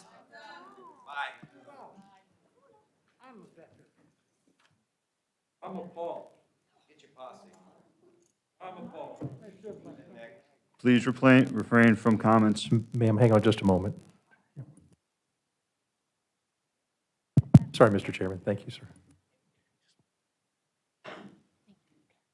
Hi, I'm Lisa Cullen. I've been a special needs. Hope I can get through this. I've been a special needs nurse for over 30 years. And until it hit you right in the face, when my youngest son was diagnosed with autism, nonverbal autism, that ultimately it wasn't until he rode for a very short period of time with Spring Meadows that ultimately he started speaking spontaneously. We're not with conversational speech yet, but the hope is soon. Okay, that was the first two. Hold on. All right. All right, so a recent article in the Psychology Today lists 2, 4, 6, okay, approximately 10 benefits of horseback riding. Under Florida statute 41336, it states that essentially if non-rehab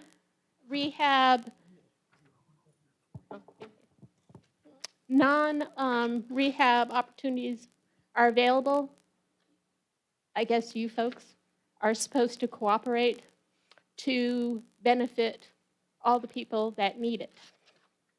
Okay. There are multiple forms of discrimination, such as age, religion, disability is one of them, national origin, sexual orientation, status as a parent, sexual harassment, race, color, and gender, reprisal, and retaliation. I tend to agree with a lot of the people in the audience that state that this is just a reprisal. You know, blaming somebody who's doing very good deeds, and consequently, right there, it says, we honor those we serve. Really? Not really if you are going to go against both the veterans and the special needs people that desperately need these services. Okay, that's about it. And I have copies. Please, thank you. Thank you very much. These are 10. Thank you for your time.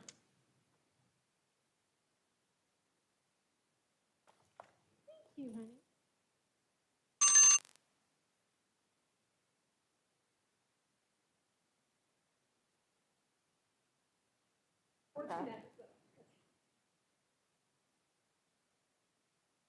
Good evening.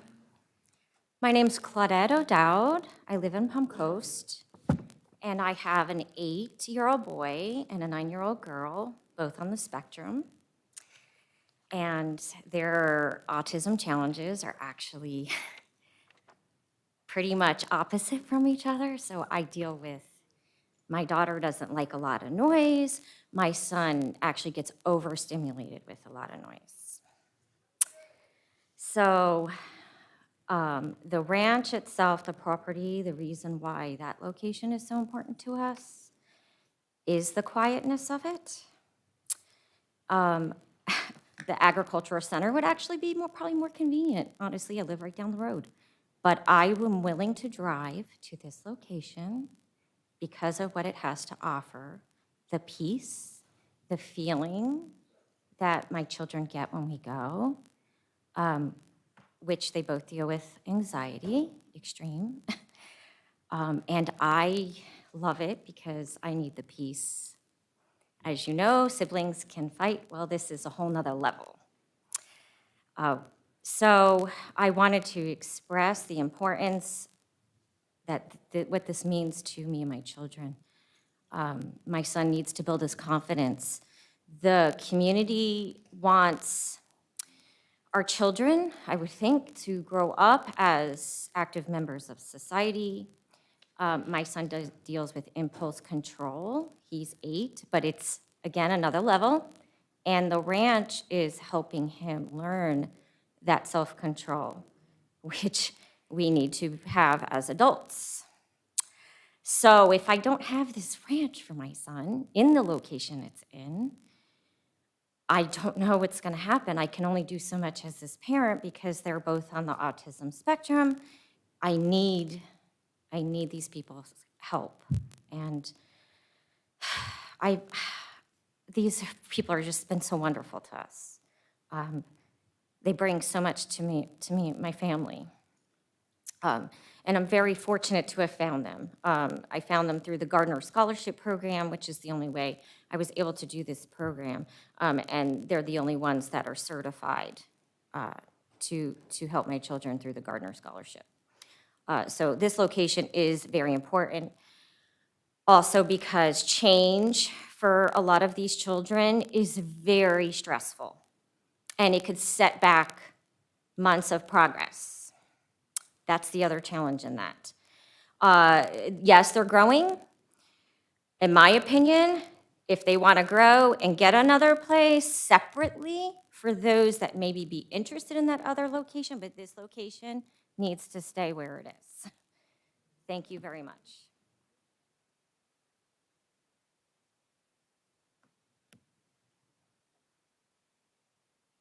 Hi, everybody. My name is Tony Anderson.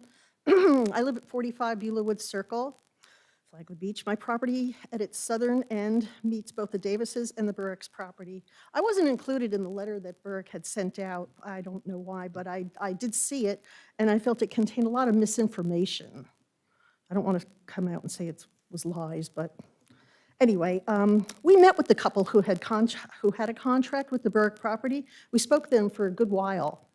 They had concerns about the ranch and what went on there, and we told them all that we knew about it since our granddaughter had been a participant for about 8 years. The equine-assisted therapy there, and I have to emphatically state this is not a place for horseback riding lessons. At one time, up until 2 years ago, the ranch held events where the kids would showcase their skills, but then they decided in 2019 they weren't going to do that anymore. So anyway, but there has never been any live band and loud music or anything. The music that they did have would stop at 3 o'clock in the afternoon. 3 o'clock in the afternoon. This is not music that went on through the wee hours of the morning. Anyway, I have to say, being a neighbor, that I have no issue with noise or commotion of any kind. But anyway, the wife of the couple, Karen, seemed so impressed with the ranch that she had expressed interest in possibly volunteering there, since she had experience with Special Olympics. But what they did express great concern with was the flooding with Irma. We can all agree that this was an exceptional storm and that flooding was indeed extensive. And also, she was really unaware of the fact that there was this massive project about to begin, being called the Gardens, and her jaw dropped. I mean, she was just like, whoa, how many houses? So for them to consider all these things about deciding about this property that has this price tag in excess of $500,000, in my opinion, it was not just having equine-assisted therapy as being the deciding factor for them.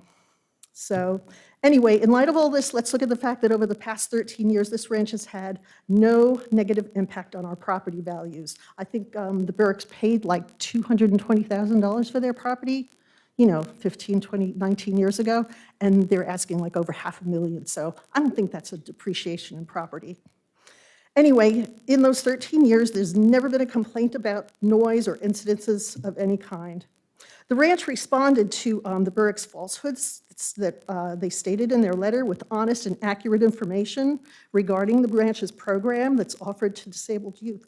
And I hope that you'll grant this land use so that this amazing program can continue for youth. Thank you much.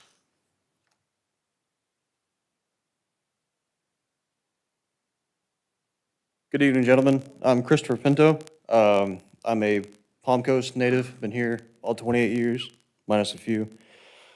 Wanting to try and take the emotion out of it, and a few of the comments have fired me up, so bear with me. Wanting to speak on what Mr. Langelo had discussed about moving the ranch. This ranch needs to operate in a quiet and peaceful place to support this therapeutic service. Being a veteran myself, having a brother with special needs, it's not easy. It's really not. Many things can distract them from a clock, which, if any of you have paid attention to my brother, has pointed to over 10 times, and then to his watch, because his clock is one of his favorite things, but he knows nothing about time. There are many distractions in the places as the county fairgrounds, the agricultural center. We've got ELS out there. We've got trucks running on the highway. We've got 4-H out there. We've got the fairgrounds, baseball fields, etc. Again, many distractions. Way more distracting than a clock on the wall that makes no noise. I'm concerned with moving it to a place to be less accessible for the community. Now, that is a little bit more central. But a lot of these guys take public transportation, and that's going to put a hitch in their giddy-up, if you will. I'm also unaware of any other programs similar to this in our county, and if we have to farm that out, that just adds to the other points I've just made. And I'm going to get rid of the comment about a sale falling through. I think more people have come on with that one. This smells like a fabricated issue. It really does. And I'm not going to ask anybody to raise hands, but behind me there are many veterans, special needs, supporters, family members, caregivers, educators, providers, and there's many more outside of these walls. There's many more in this county, and there are very few on the opposing team here. Thank you for your time, gentlemen. Hey, my name is Barbara Cordera. I have 2 disabled twin boys that are 28 years old. I know that none of this means anything to you about what my kids live on a daily life, okay, how their life is daily. That is of no interest to anybody, and that's okay. I'm here to fight for the Davises because the Davises are the only ones in this county that has ever given my children anything. Your school board has not even been able to give my children what they needed, okay? After they turned 18 years old and they went into Trails Transition, they had nothing, okay? No job was ever provided for them.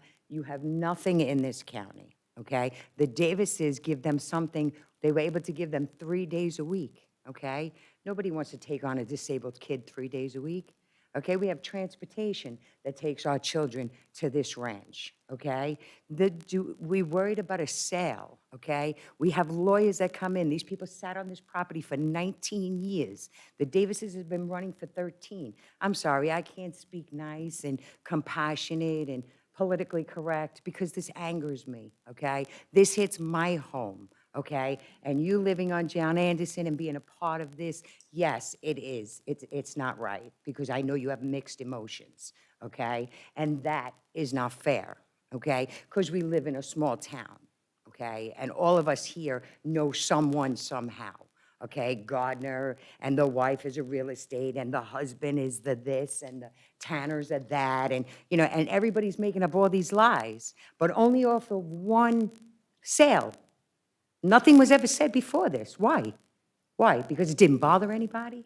Or it's like code enforcement, if they don't have a picture, they can't assess the situation? I'm sorry, I have no sympathy. And what this does now is because you take away from the ranch, now you will have all these disabled families that will come out and bombard every single meeting that we have in this county because I want to know what you are now going to do for my children. And I don't think that you can do anything because you haven't done it in the 18 years that I lived here, okay? And it's sad, okay? And if all these people's stories, yeah, they touched your heart a little bit, but it's all about the zoning and all about the rules. And the rules only apply when we need them to apply, okay? They don't apply when it benefits us, okay? We only use them when if it doesn't benefit me, then I can't use that rule, okay? I want to follow the rules. Okay, I'm getting aggravated and I have to step away, and I thank you very much for your time. And I really hope that you find in favor because you have all these people, and this is all that could fit in here. This is all that could fit in here, okay? So I leave you with that. Thank you, gentlemen. Enjoy.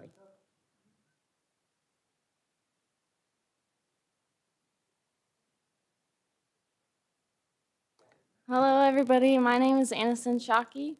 I first heard about Whispering Meadows Ranch when I was 7 years old through a mutual friend who had a mitochondrial dysfunction, in her muscles that kept her from physically interacting and walking normally. I have had chronic Lyme disease for 14 years, and at the time, I was in the peak of my medication and experiencing severe symptoms. My symptoms were mostly digestive issues, migraines, brain fog, along with muscle and joint pain.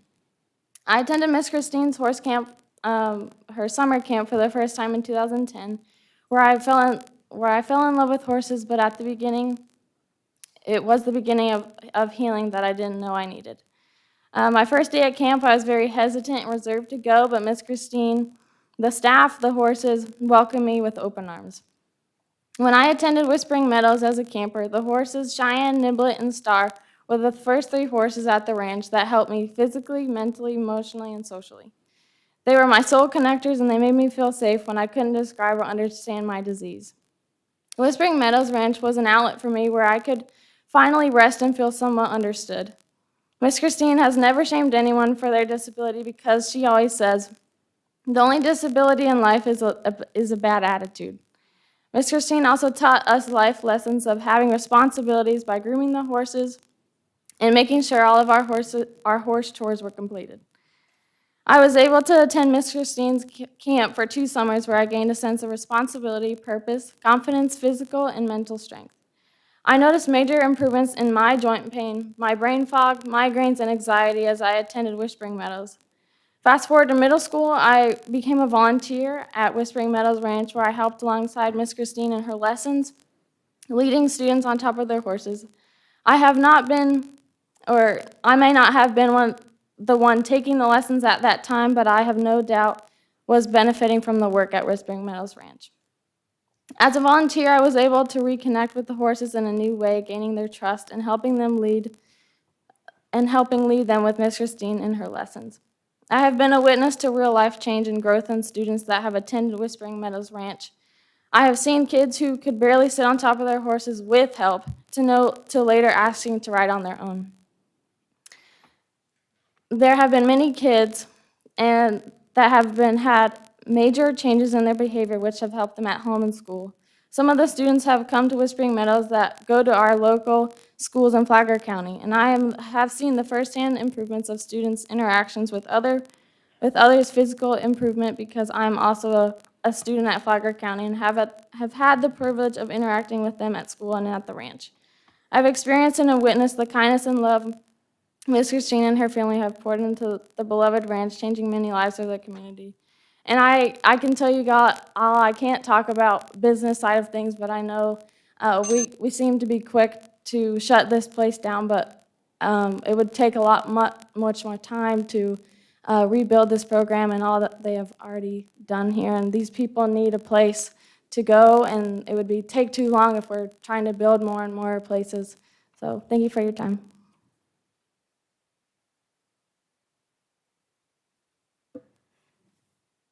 Hi, my name is Tammy Shockey, and I'm from Palm Coast in Flagler County. And I'm going to have to put my glasses on because I am an older person. But, you know, there's a lot of things I could say tonight. There's a lot of things that have been said tonight, just about the property and everything else. I mean, there's so many people I could say ditto, ditto, ditto to what they were saying. And the reality is, I know you don't really want to hear another story, but I'm going to tell you another story because every story that you've heard tonight, most of them, the majority of them, have happened before this complaint. So I think that's kind of interesting. And like so many have said tonight, it's interesting that all these years have gone by, and I can't tell you how many years I've been there volunteering myself because that was my daughter. And at a very early age, she had some very, very hard disabilities to overcome. And I can't tell you as a parent how hard that is to watch your child struggle with life and people that won't give them a chance. And kind of come up against the very thing that we're talking about, where it does seem like there's a lot of semi-type of bullying going on. But let me just share with you our story. I've had the privilege of being a part of Whispering Meadows for many years. I first came in contact with the ranch after my daughter and I were able to attend a riding lesson of a friend of ours who struggled with a physical disability. At the time, my daughter had been diagnosed with a chronic illness after a long medical journey that our family had to endure. And I will say that as a mother, one of the most difficult things I've ever experienced was watching my vivacious, fun-loving little girl becoming withdrawn, timid, full of anxiety due to the limitations she began to experience with her disease. I began to watch that slowly change, however, as we became a part of Whispering Meadows Ranch, and all that they offer. Through the years, I have had the opportunity to volunteer my time there as well and have helped with various programs and serving opportunities and have witnessed firsthand not only my own daughter's transformation, but many other students and families too. Whispering Meadows is a place for acceptance. It's a place where a suffering child or adult can find a chance for a new life. It's a place where true community happens, not only in the lives of the individual students, but also in the lives of the families and extended families of the students and the volunteers who serve, as they are able to connect and be a part of each other's lives on a regular basis. For many people, this is the only place they have experience and that kind of unconditional acceptance. Whispering Meadows is more than just a piece of property with horses on it. It's a place to experience transformation and healing. I've watched my daughter heal from the inside out for being part of this experience. And I'll just stop. I know there's a lot more to read, but I just want to say and finish out my little seconds here that it's just amazing the overwhelming majority of neighbors that are around that piece of property that are for this Whispering Meadows Ranch. So I do encourage all of you guys, if you haven't already, please go out, take a look, and experience it for yourself. Thank you so much. Thank you. Good evening, Janet McDonald. I'm a resident of Palm Coast. I'm on the school board, and I want to thank everyone who's spoken about what we are able to do in the school district and what we can't do, and the essential, absolutely essential services that Whispering Meadow provides, not only to the children and adults of Focus, but to every family member, every community member that touches and interacts with that person, but with their neighbors and extended families and all the people that are going to come in contact with that person through life. It is magical. And if you don't know what a therapy session looks like, as an international therapist that served for over 30 years from Europe to Caribbean and in Canada, never got to the Far East, but this is a very, very special place. And we don't even know, most of the people on John Anderson don't know what happens down the driveway of 5011 because it is so discreet, so well organized, and so respectful of not only the people who live nearby, but their clients. As you heard, their clients can't take chaos. Their clients don't like chaos. And if you saw the therapy session, it is very subtle because these kids are very sensitive. These adults are very sensitive. They honor each and every person who comes on that ranch. And you've heard that there are threats of expanding. Unfortunately, the integrity of the Davis family and what they do there, they are not going to jeopardize by overloading the property because it impacts the quality of the therapy. I hope that you understand how valuable this is. Stable Moments, the program that's been referenced, was done first at Whispering Meadows. It is an incredible therapy program. It is only one of 3 in the whole state of Florida. People don't know the unique gems we have in Flagler County, but we really need to protect and guard them because people like the Davises, who bring only extreme quality to this community and then spread that out through everyone they touch, are the treasures of this community. And I know there have been some arrangements in this county where people have benefited financially from maybe rules that we bend a little bit because of special uses on certain properties that then become commercial when they weren't intended to be that way.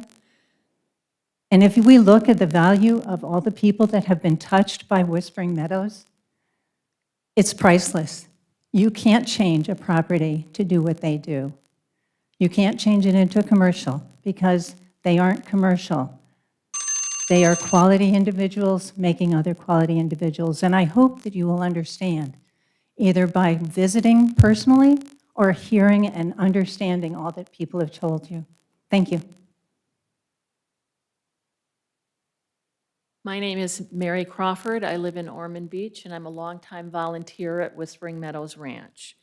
Before I begin with what I want to say, I want to set the record straight on something Mrs. Tanner spoke to.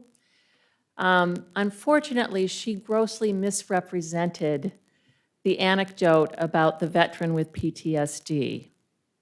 This man is in his late 70s.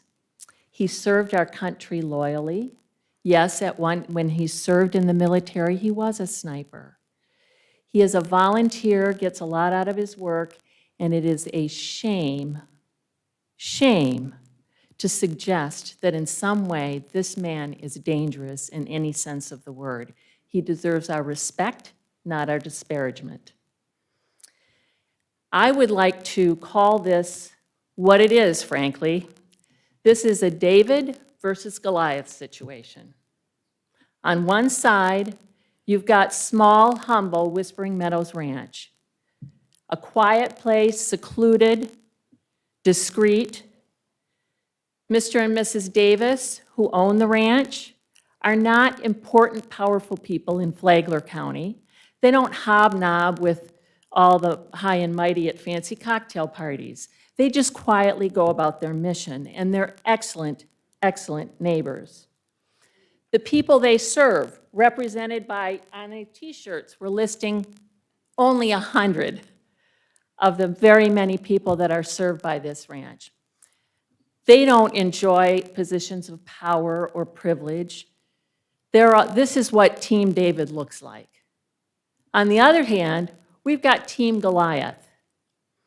Team Goliath, very high up on Team Goliath, is a real estate agent with whom that's the whole reason we're here tonight. This is where it started.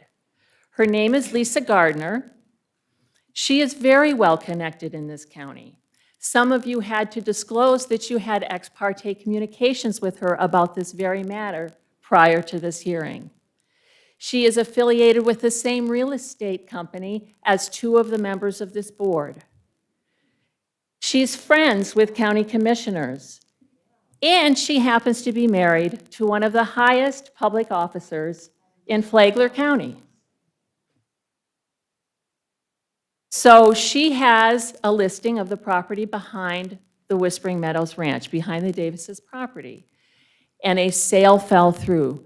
She lost the sale, she lost the commission that would have gone with that sale. And that is the point when this whole process got stirred up, when after 13 years of quiet operation, all of a sudden, Whispering Meadows can't go on. Another person on Team Goliath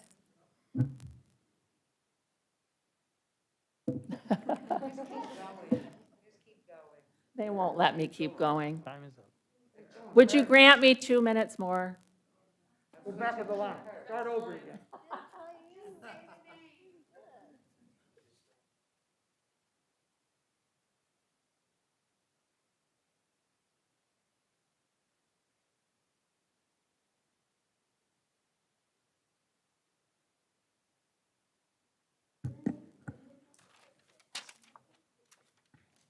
Good evening, Michael Schimento for the Burecks.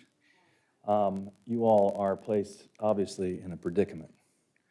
And there are lots of reasons that you're here, but we also have to remember one of the reasons that we're here is that had the applicant come forth 13 years ago and complied with the Land Development Code that you are here to enforce, we probably wouldn't be here today.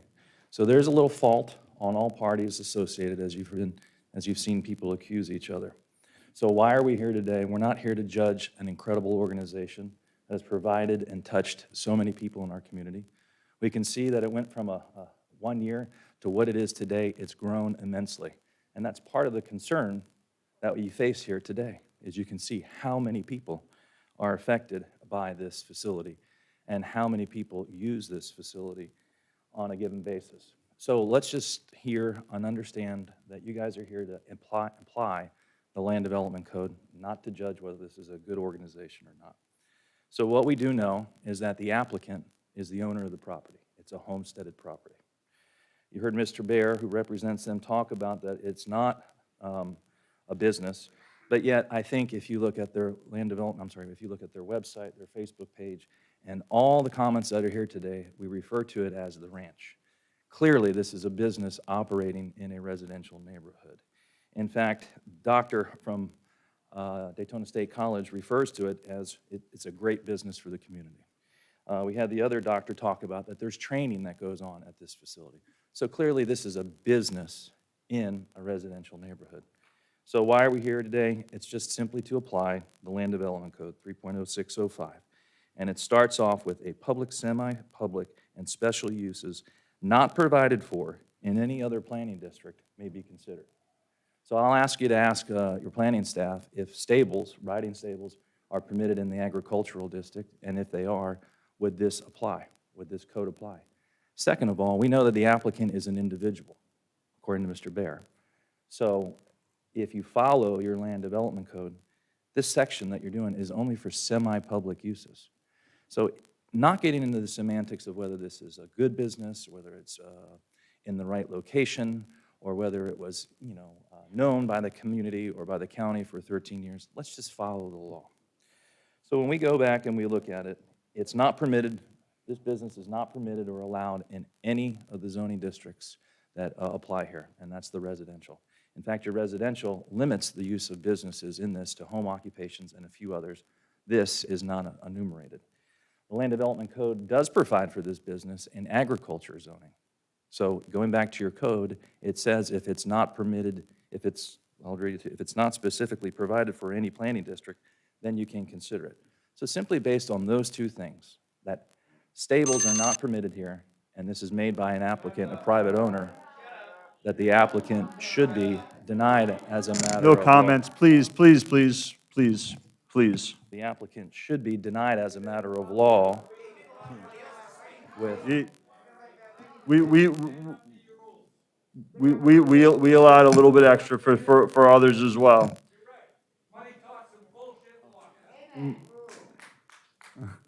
So based on just... We got it. Thank you. Thank So you, if I Mr. could just Chimento. conclude without being interrupted. So based on those two, the applicant must be denied. Go ahead. We have no respect for you people either. You ever hear of Harry S. Truman? You need to control it, man. He said the buck Excuse, sir, please, sir, please, please. My name is Bruce Anderson. I live at 45 Beulah Woods, and I waited all this time tonight. I know everything that these people have said tonight is true. And I've lived in the county for 41 years. And I always said to my wife, if we ever move off the beach, I want to move to Beulah Woods Circle. I said, I love that area. And a house came up for sale. We bought it last July. And, we fell in love with the house. And my wife said, the ranch is right behind us, Whispering Meadows Ranch. So I said, no way, To me, Angelo, that's a plus, okay? I like the ranch. And I don't smell poop. And it's just a great place. They're great neighbors. So I waited all this time tonight just to tell you that. You want me to say it again? Yeah, you're not talking to the Oh, okay. I waited all this time tonight to talk just to you so I could say that I thought buying my house at 45 Beulah Woods Circle, it was a plus being near the ranch. I don't smell any poop. The Davises are great neighbors. I got no problems with them. I think what they do is great. And, I came here tonight to support them. So thanks for your time.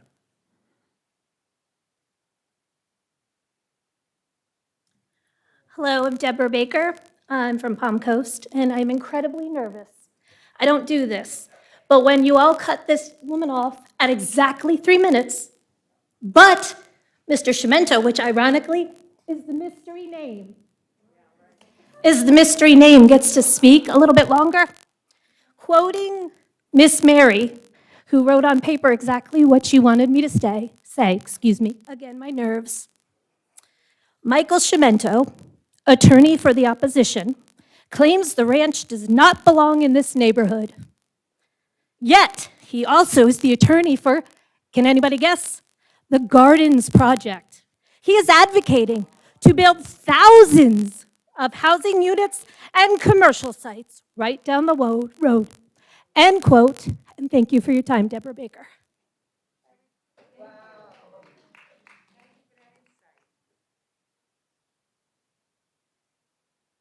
Thank you, gentlemen, for your patience. I'm John Tanner. I live on John Anderson, right across from Dick Davis and his wife, and you met my sweet wife, Marcia, a moment ago.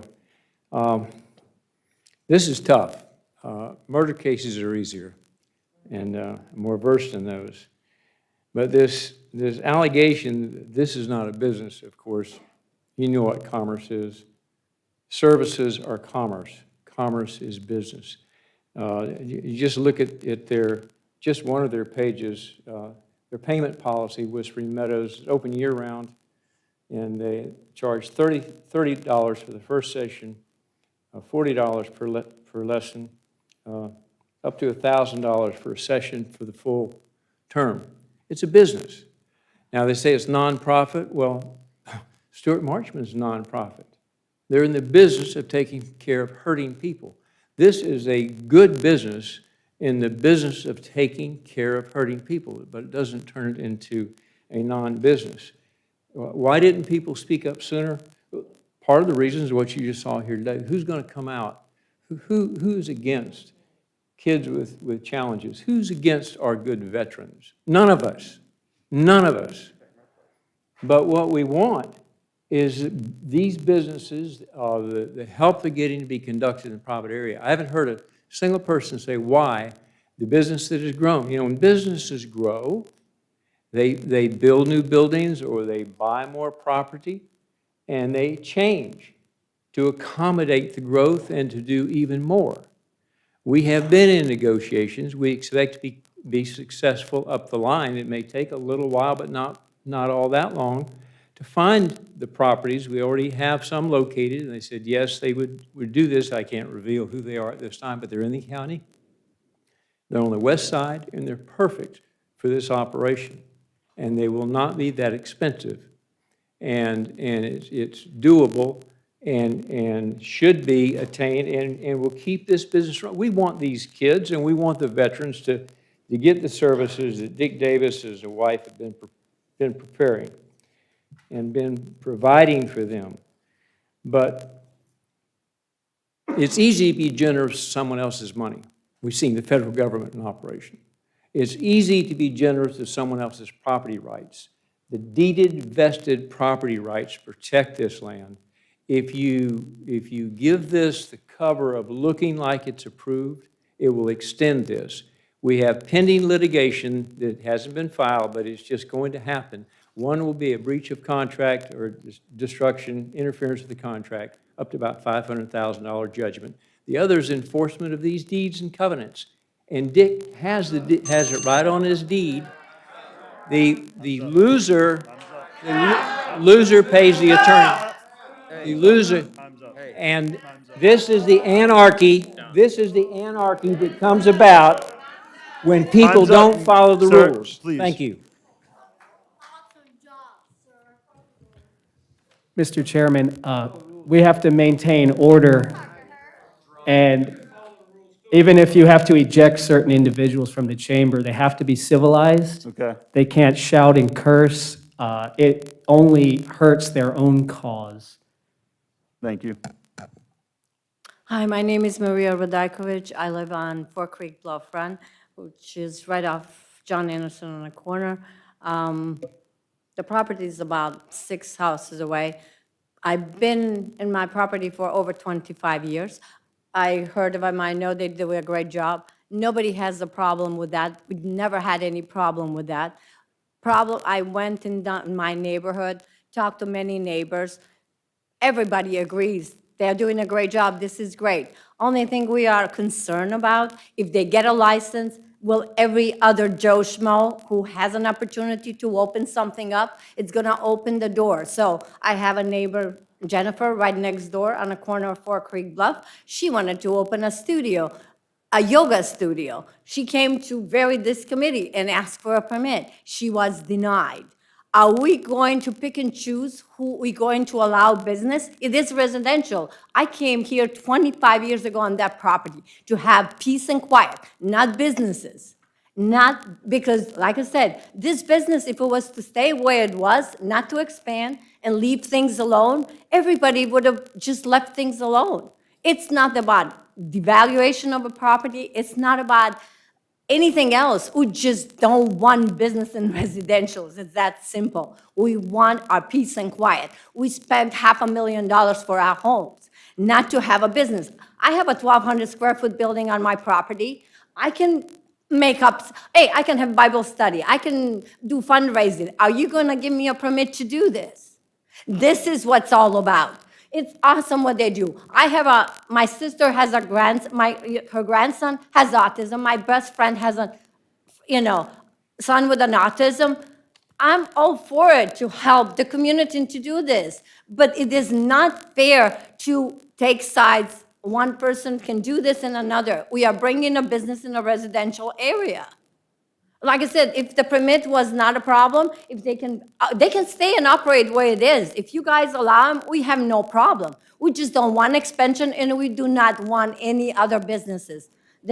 I talked to dozens of people in my neighborhood. We are just afraid we are opening the door for other businesses and other problems. Thank you. So.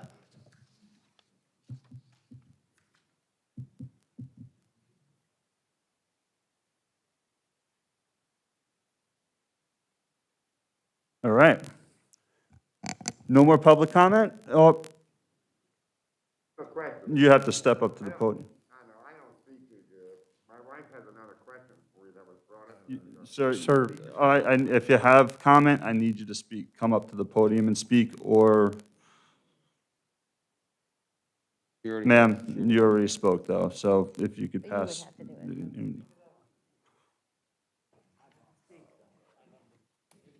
The gentleman said that Marchman. Sir, please, your name, sir. Stuart Marchman was a nonprofit organization. Sir, state your name and your address, where you're from, please. Bill Blackburn, Palm Coast, Florida. Thank you. It was, Mr. Tanner brought up the motion where he said that Stuart Marchman was a nonprofit organization. I don't believe that Stuart Marchman is a nonprofit organization. Sir. Okay. That's the comment. Anything else? It's Thank not you. a nonprofit. Thank you. Thank you very much, sir. All right, thank you, Mr. Anthony.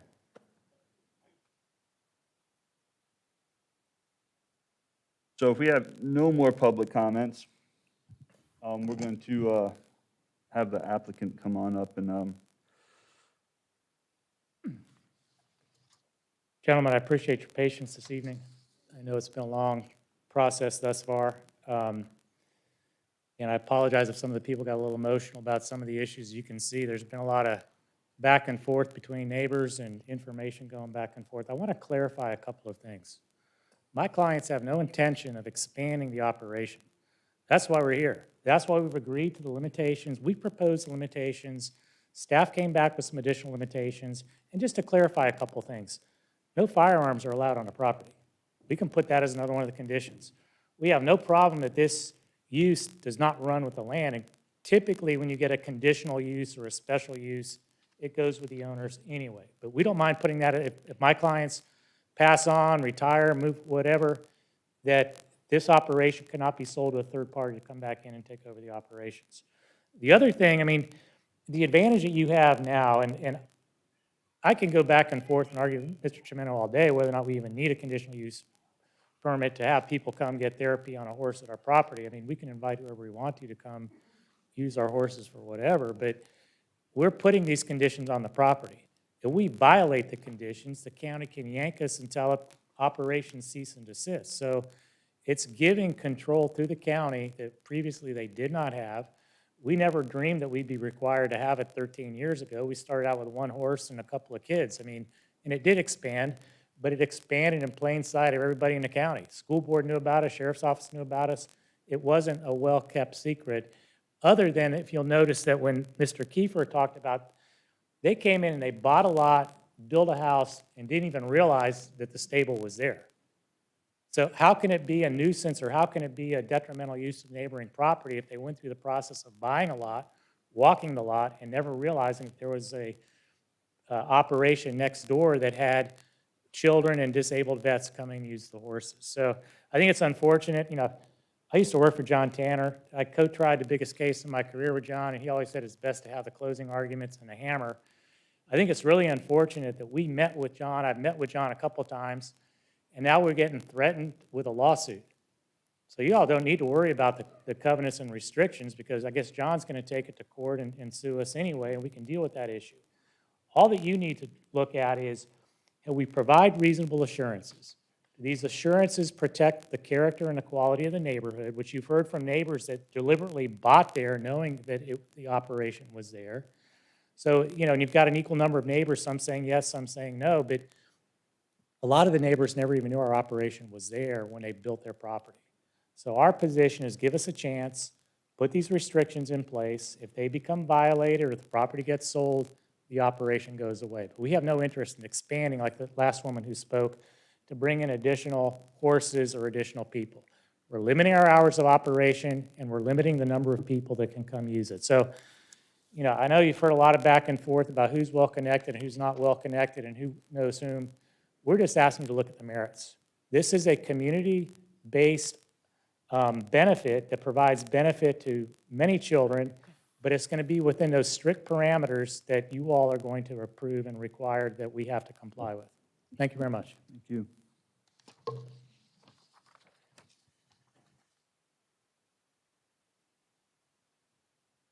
All right, so we're going to close public hearing now. Mr. Minkle?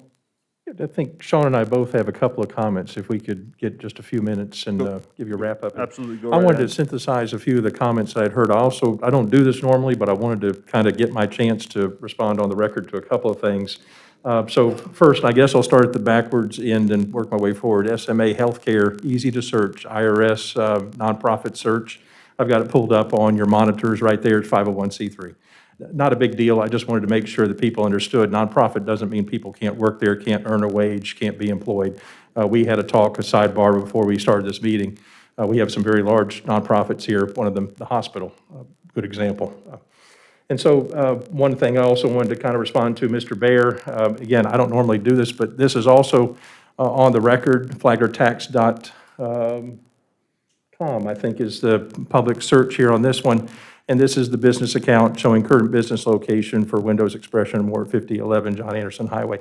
Just cleanup stuff. That's what I'm talking about with all of this. And the only reason why I looked is because we do have a business tax receipt for nonprofits. And so one of the checks I need to do is to do my job is to see if they've been issued that here. There is no business tax receipt for the nonprofit at this location. There is still a record in flaglertax.com, our tax assessor right over here. And it still lists for window expressions and more. Total amount due right now, $56.25. And then to mention this, and this is really where I think some of our key parts are coming from, and I had this in the packet, so I wanted to talk more directly about the three takeaways that I had as far as conditions, and remembering the land and the land use decision that you're making. So I've gotten away from that administrative cleanup stuff, and I wanted to respond to folks there directly. But you heard one item about amplified sound. And I think that may be something for you to consider, no amplified sound, maybe except for during the special events, because we have that set up in our regulations for amplified sound in conjunction with a special event. And now I understand, I'm sure you do also, the nature of the special events they've had before, but they were more, as I understand it, more like chances for the clients to come and show their skills to their family, to show how they had done what they had done. And so when they referred to them as festivals, to me, it takes on a different perspective. I wrote it up as one. Certainly, you're able to talk about either none or more. I did put in the option about the waiver of the fees. If you don't want to do that, you can certainly do something there. And as a recommendation to the Board of County Commissioners, that's a little unusual in our world. We have not waived fees before for profit or nonprofit. And so if you'd like to take that out, you certainly can. I thought it was reasonable here because I've always had a soft heart for nonprofits, that you're taking away the money they should have for their programs and giving it to us for our review steps. The 15 attendees per day was mentioned. And so why was that here? This is in your packet in the Health Department letter.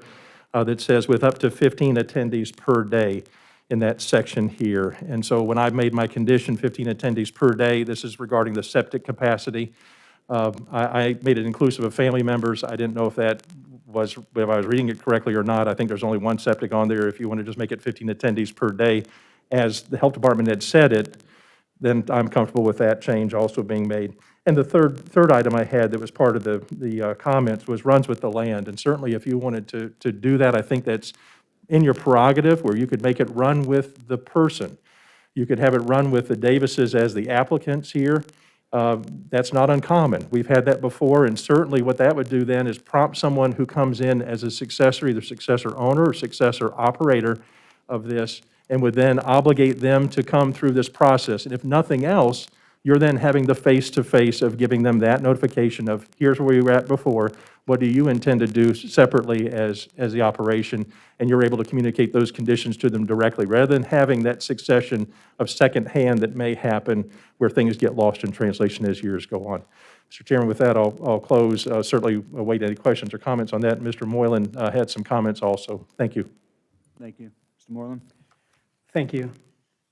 It's been a long hearing, and I just want to remind you of the standards that you are considering. You have to determine whether the application or the proposed use is consistent with our comprehensive plan, whether it's necessary or desirable to support projected community needs, and whether it will impose any substantial detrimental effects on the living or working conditions in the neighborhood.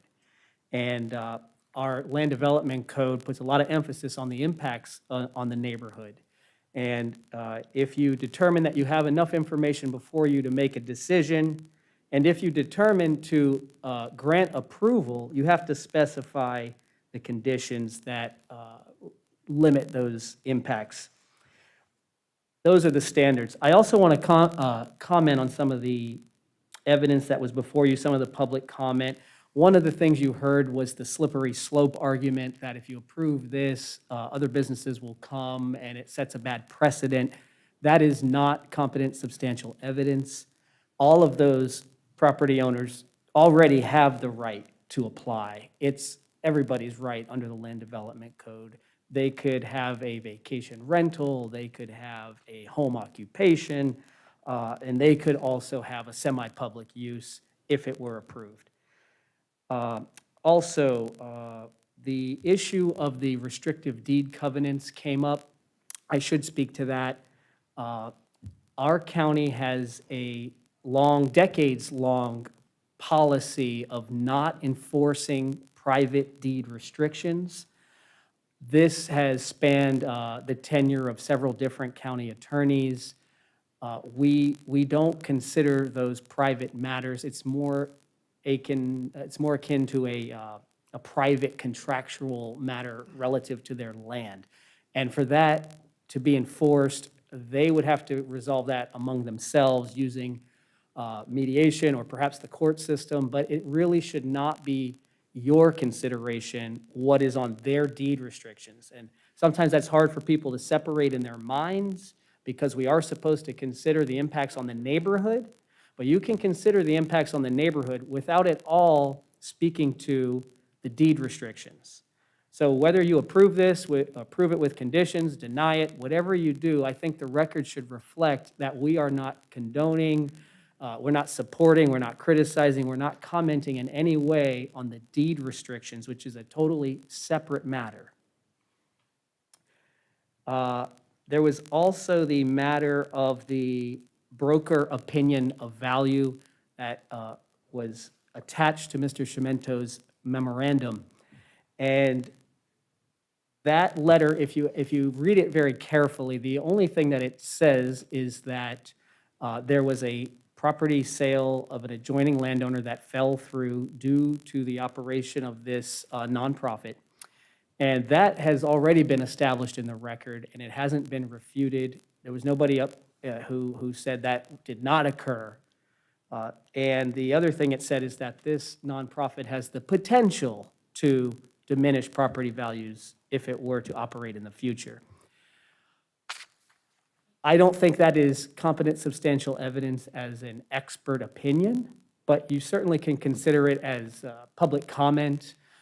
We've seen that the evidence before this planning board has made its way up through to the circuit court in the past. And what you base your decision on tonight could, perhaps, we don't know, we hope not, but it could end up before a circuit court judge again, commenting on the evidence before you.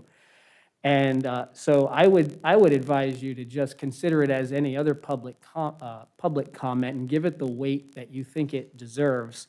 But if you've read the words carefully, there is not a whole lot of meat there. It's just it says that there may be the potential to diminish values in the future.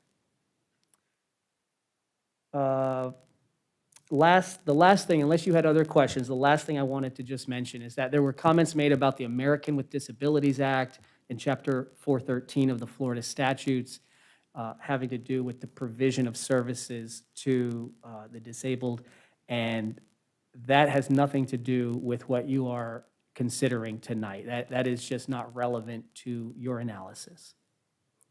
And if you don't have any questions, that's all I had to say. Thank you, counsel. Mr. Chairman?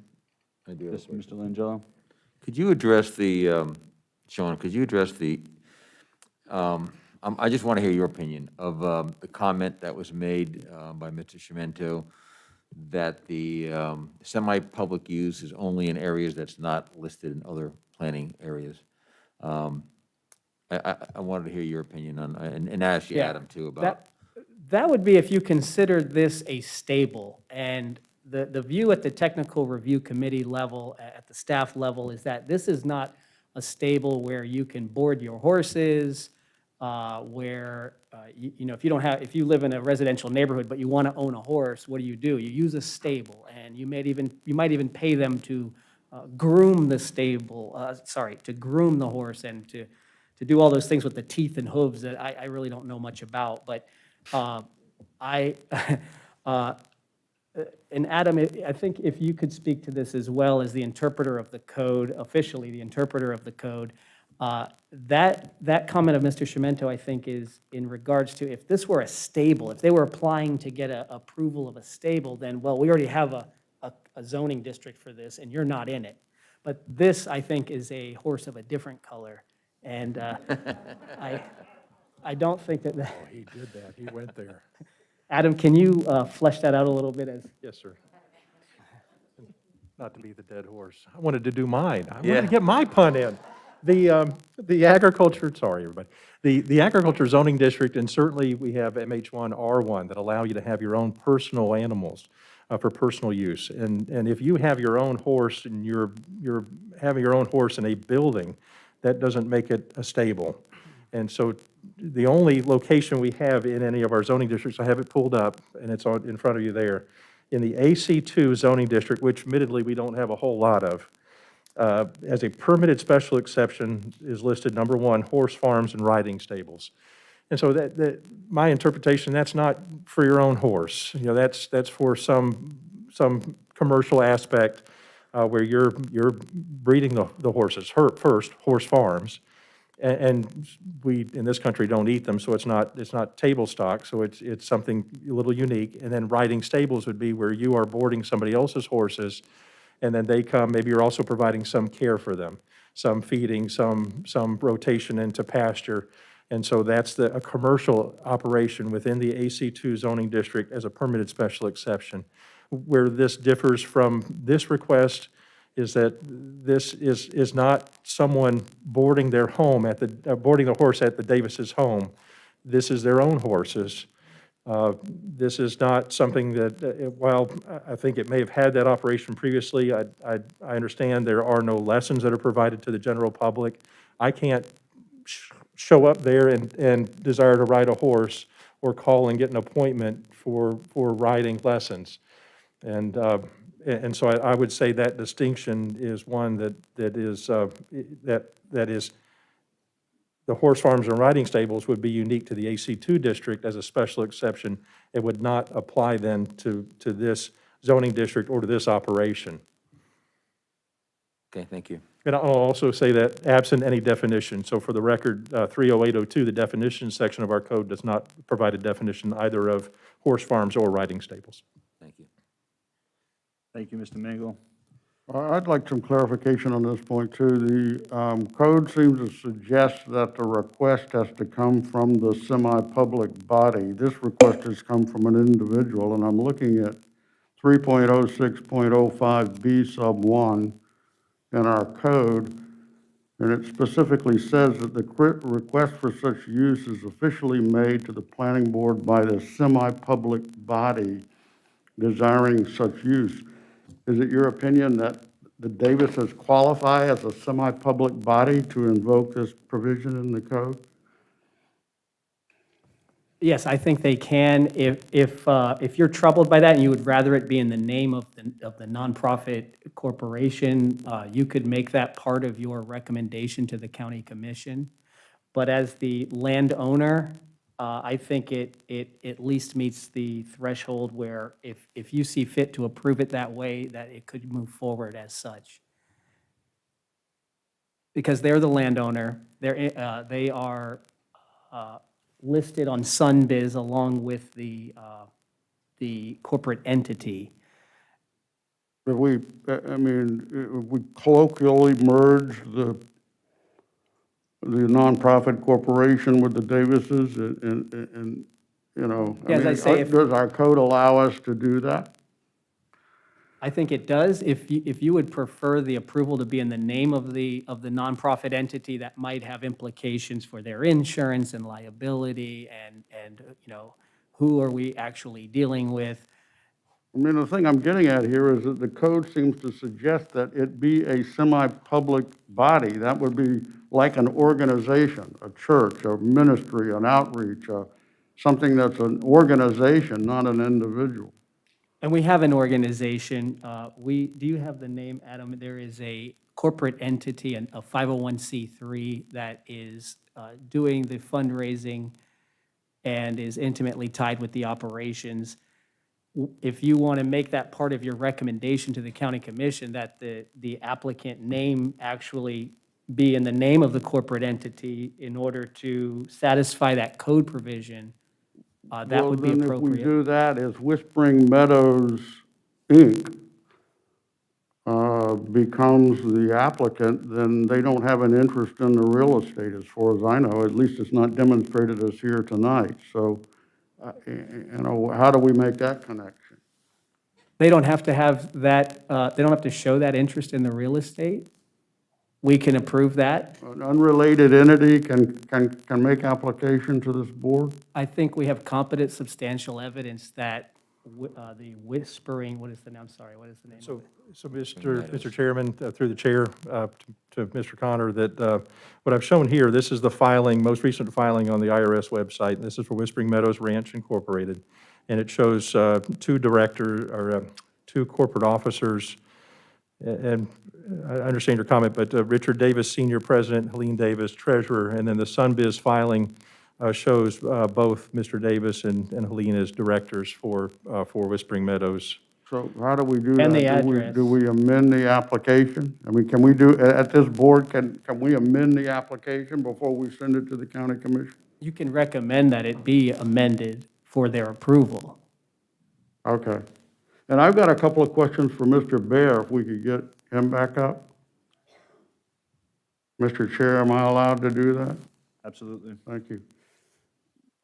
Mr. Bear, I've heard you say, and I don't dispute, that your client is willing to abide by these new conditions, these additional conditions that have been imposed.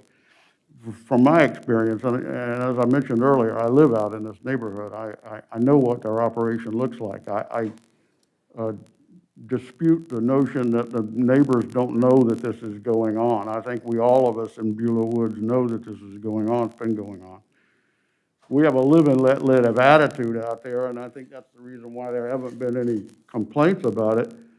But now that we're at this juncture, and your client appears to be headed toward handicap parking requirement in order to meet that portion of the code, your client It's already there. appears to be headed toward some additional buffering requirements that would be imposed the restrictions on 15 people a day at the facility, including staff, volunteers, and owners of the property, and all those things.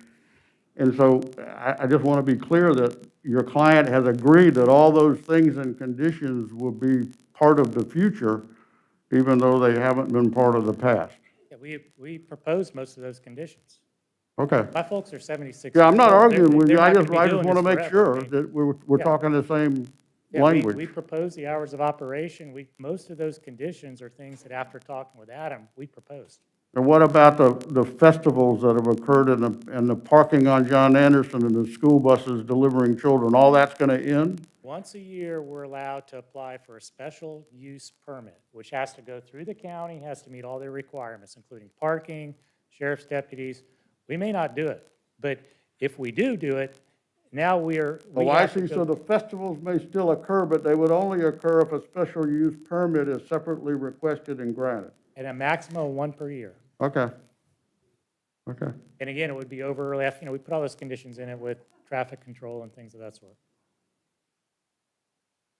I have a question for Mr. Thank you. I have Bear, nothing further. Mr. Chairman. I just got a lot of emails and a lot of support material here. I was reading through and just want to make sure, it looks like a letter from maybe Christine, an email from Christine to you perhaps.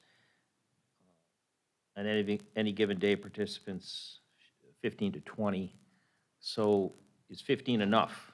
No, when we sent that to Adam, he put on his staff report, he recommended 15, not 15 to 20, it's 15. And those are the conditions that you all would recommend, should you decide to approve it, it would be 15, period. And the 15 was based on that septic report? Yes, sir. Yes, sir. And again, if we violate, you can terminate the use. Go through the code process, things of that sort. Thank you. Mr. Boyd? Yeah, Mr. Bear, how many staff or volunteers are usually there on any given day? It depends on the individuals and the number of individuals they come out with. As you've heard, there's kind of a wide spectrum of disabilities that we deal with. So, we usually only have a couple children at a time, and they usually have 1 or 2 people with them. So that, and the therapy sessions are anywhere from 30 to 60 minutes. Okay. I'm going to make a motion to approve the application. Mr. Chairman? I'll second that. With the conditions. I have Mr. Melendez. I have a question for staff, but I don't know who to direct it to. My question is, has there been a precedence already established at all in Flagler County where such statuses have been granted to special uses and permitted for nonprofits in other residential neighborhoods already?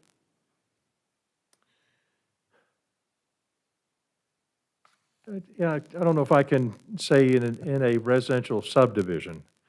I'm trying to remember that and fairly routine for us to have previously reviews for semi-public uses for churches. We've had those come through. Looking to Gina, she'll have institutional knowledge also, and I can't remember. I think, and I'm hesitant to say yes or no, that it's in absolutes, because I think we'll be able to look and hopefully find some one way or the other that semi-public uses for us historically have been principally churches, church-run schools, church-run daycares, those types of institutional uses that we've had that by their nature have had that nonprofit tie, but then have also been directed towards providing a community service.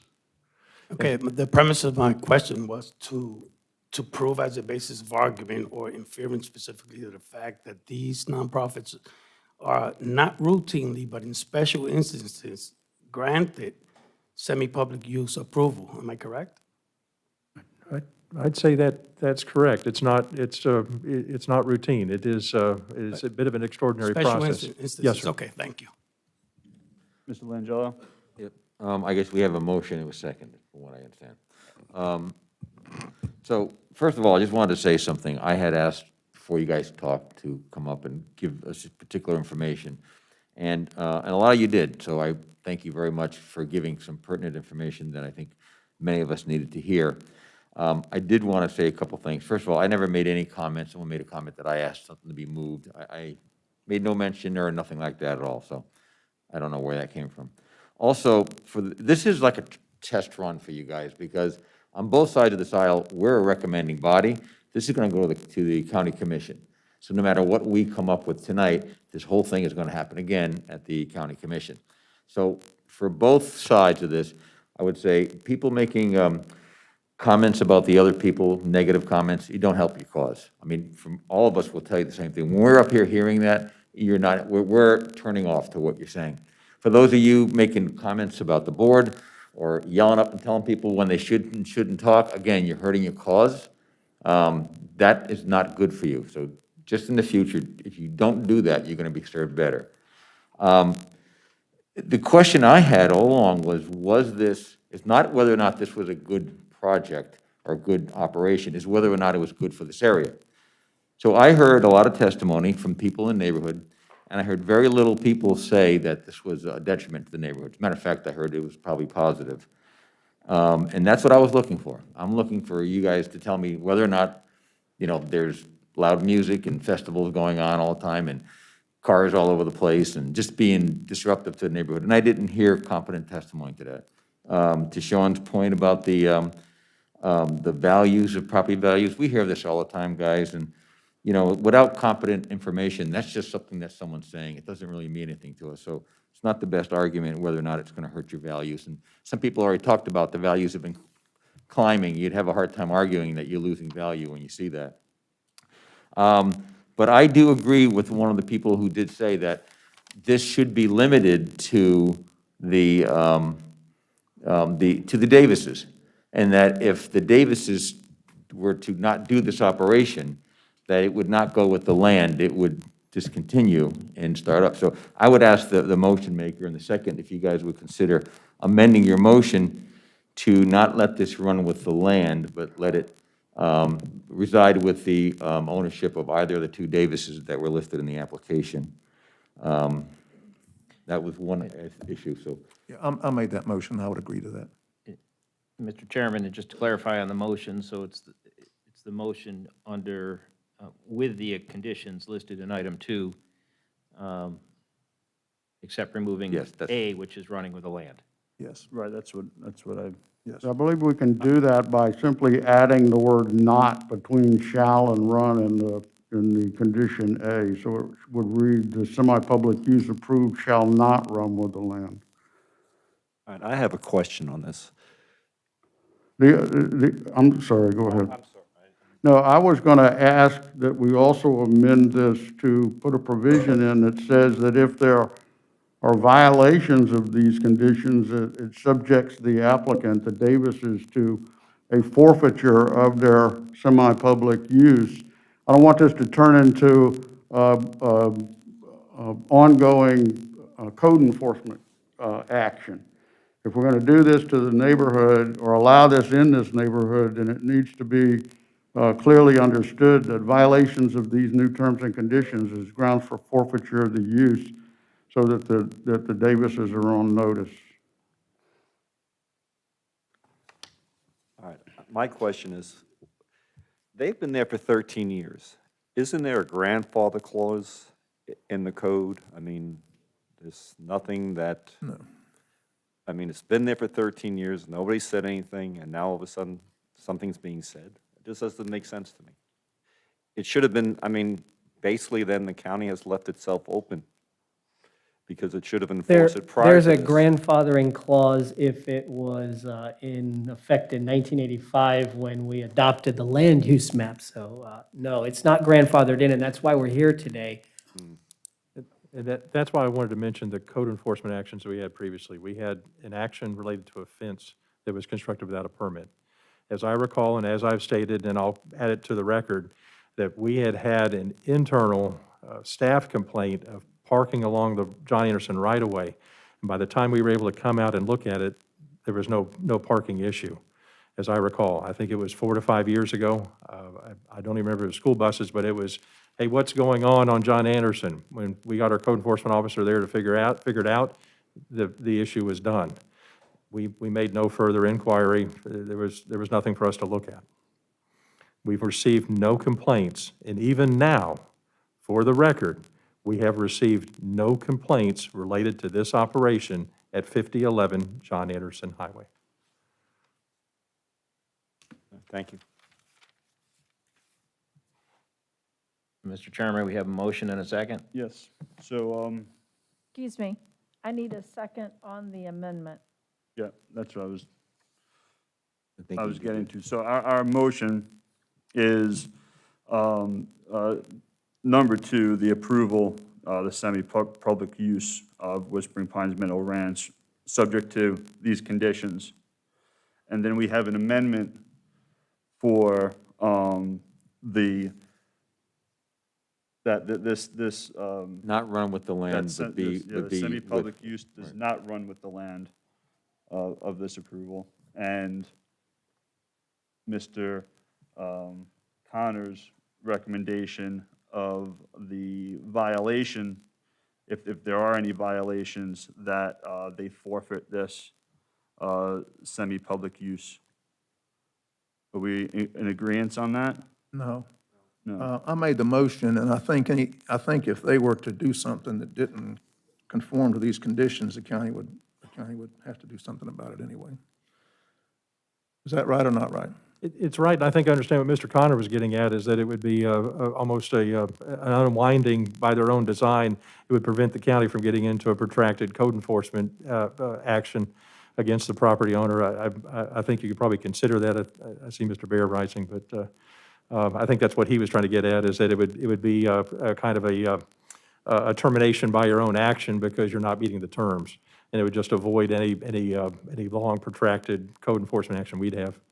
We don't have an objection to that, but we want to make sure it's not somebody calling up and saying, hey, I heard a horse whinny or something. It has to be, we have a due process rights, but we have no problem with forfeiture if it's competent, substantial evidence. We violated a material term of the conditions. We have a festival with no permit. We have 40 people out there on a given day, or we're operating until 8 o'clock in the evening, something like that. Again, competent, substantial evidence, we don't have a problem as long as we have our due process rights, so we can say, well, wait a minute, we only had 10 people that day, not 40 people. So I have no problem with the condition as long as it's not, somebody that's already spoken out against us makes a call next week and then we're out of there. I just want to make that clear. Okay, so I'll repeat. It's up to Mike to make that as a motion. He has to adopt that if that's what he wants to do to his motion. If not, then it doesn't get added on.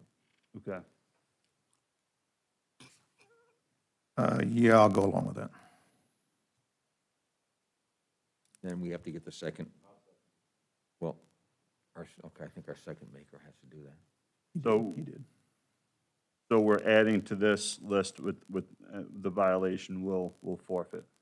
I got a question on that. I don't quite understand that implication. So what happens if somebody violates their zoning or their land use now? What happens of anybody? Did they get their license pulled or their entire land use pulled? No, they get a warning from code enforcement, do they not? Yes, sir. Yeah. Okay. So we already have a process for that, do we not?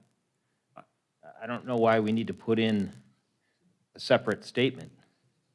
Code enforcement process, and to briefly state it inaccurately, is going to be a warning, notice of violation, a prescribed time to correct. Typically, I think it's 30 days, and then if you fail to do so, then there is a citation system that we have. We do not have a code board or a special master here. Citation system then could elevate to effectively a daily fine, as I recall, and that ultimately that those are presented to the court for resolution, and I'll admit that also. Our citation system is imperfect. If somebody chooses not to pay a citation, there is really no effect. But if somebody continues to violate or not correct, do a correction, there could be fines that could increase. They can. Right. I guess I'm trying to get away from opening the can of worms, that somebody calls up next week and says, oh, I counted 16 people there with binoculars. And I'm trying to avoid that. No, I don't think that's the concern. We're on the verge, based on the motion that's on the floor, of approving a semi-public use inside a residential neighborhood. And it's not just any residential neighborhood, it's located on John Anderson Highway, which is protected by the scenic A1A corridor ordinance. One of the few places in Flagler County that's protected by that ordinance, but it includes John Anderson. And so we've got a special area out there, and the concern is not that we'll have 16 people there on some day instead of 15, or that they won't put the horses away at 5 o'clock, they'll put them away at 5:30 or 6. That's not it.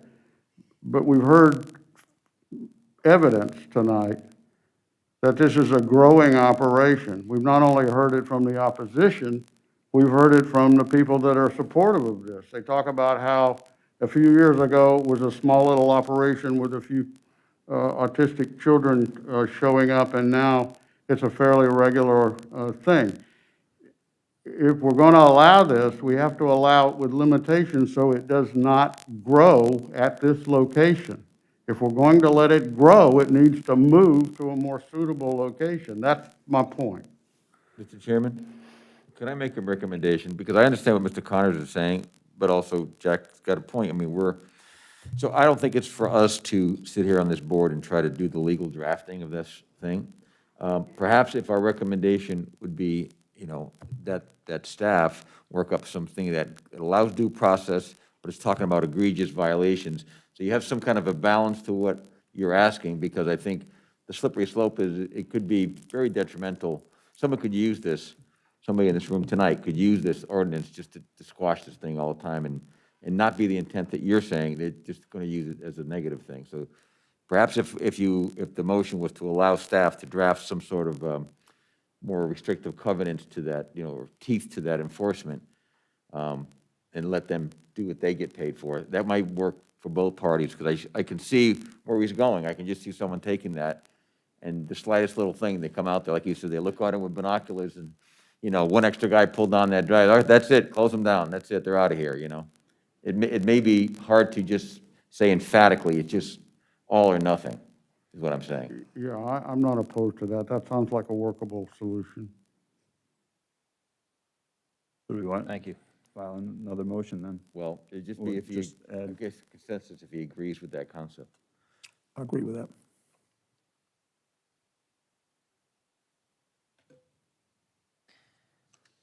Okay, so we have a motion and a seconded motion to approve the semi-use for Whispering Meadows Ranch on John Anderson Highway, subject to the conditions that the board recommended. A is going to be amended for the semi-public use approval shall not run with the land. All the rest, B through K, will stay the same. And we have a recommendation for staff to come up with a resolution for if there's a violation. All in favor? Do we have any other motions? All in favor of that motion? Aye. Aye. Any opposed? Abstain on grounds of conflict of interest. And Mr. Chairman, if I could ask one quick point, just for the record and clarity of the record. The board did make 4 separate findings. I think my numbers are right here. So the first one, that there was sufficient factual information provided to make a decision on the record. Second, that the use is consistent with the comprehensive plan. Third, whether the use is necessary or desirable to support projected community needs. The board did determine that it is necessary or desirable. And then the fourth action then, that approval does not impose substantial detrimental effects on living and working conditions in the neighborhood. Is that correct? I found that personally. Okay. I did as well. Agreed. I just wanted to have consensus on that, that was the action of the board through its motion, that those 4 findings were made. I agree.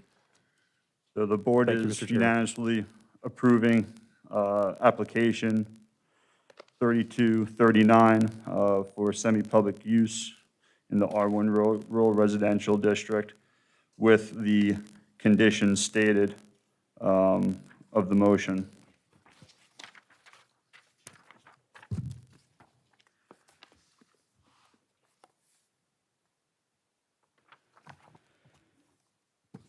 Moving on. Yep. Mr. Chairman, did you want to recess for a certain amount of time to clear the chambers and for us to take a quick break? Yeah, 5 minutes? 5 minutes? Thank you, sir.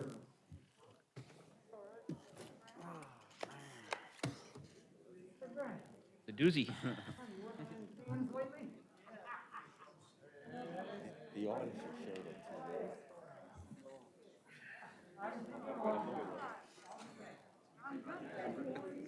Wonder what my car's gonna look like when I get to the parking lot. Oh, my God.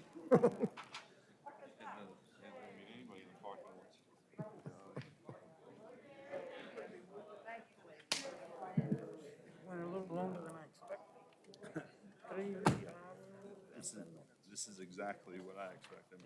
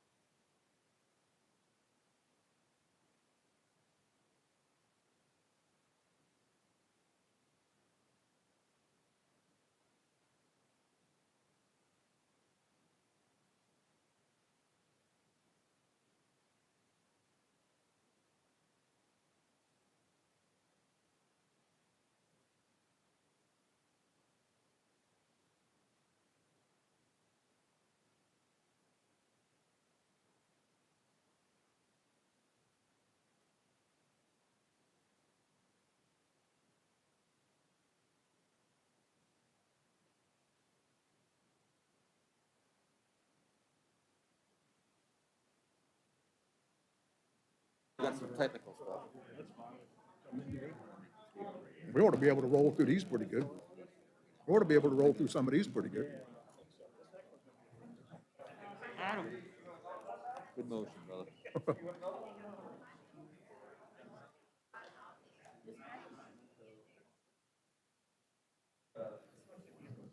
Understood, no problem. Thank you. Oh. Dennis for helping. Dennis.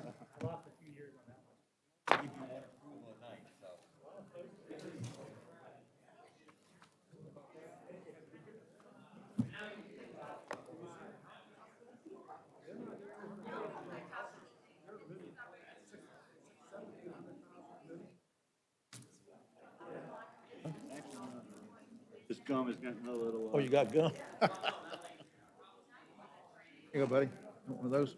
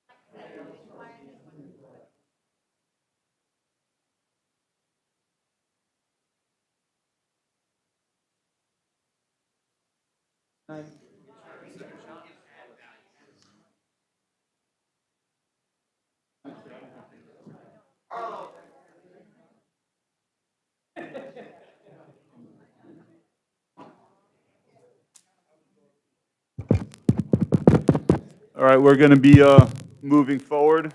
If you're not here for this application, or we'd appreciate if you wouldn't congregate and talk outside if you want to.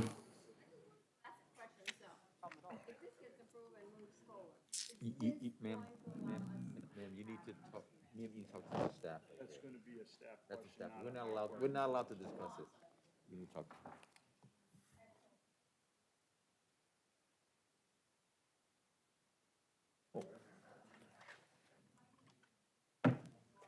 How do we get this tonight, then?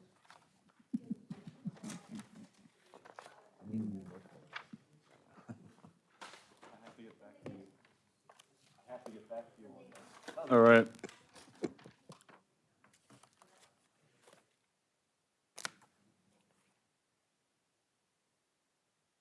So, I want to, Adam. So, we were talking about the 10 PM time limit. Are we gonna stay to that? So we're gonna go through and once 10 o'clock hits, any applications that we don't get to, we're gonna roll over to next month, correct? We can certainly do that if that's the board's desire, yes, sir. Does the board have that desire, or Let's just see where we go. I have one that says yes. Let's see where we go. All right, we're gonna just, start moving forward and see how we proceed here. So, all right, we're at application 3242 to amend the development agreement in the PUD of district for the Dixie Common PUD. This is a quasi judicial application. If any of our board members ex parte in any communication, please disclose it at this time. No one? No, well, except we just got handed this. Yeah, we just got handed a beautiful binder. We'll go ahead and open it up to staff for their presentation then.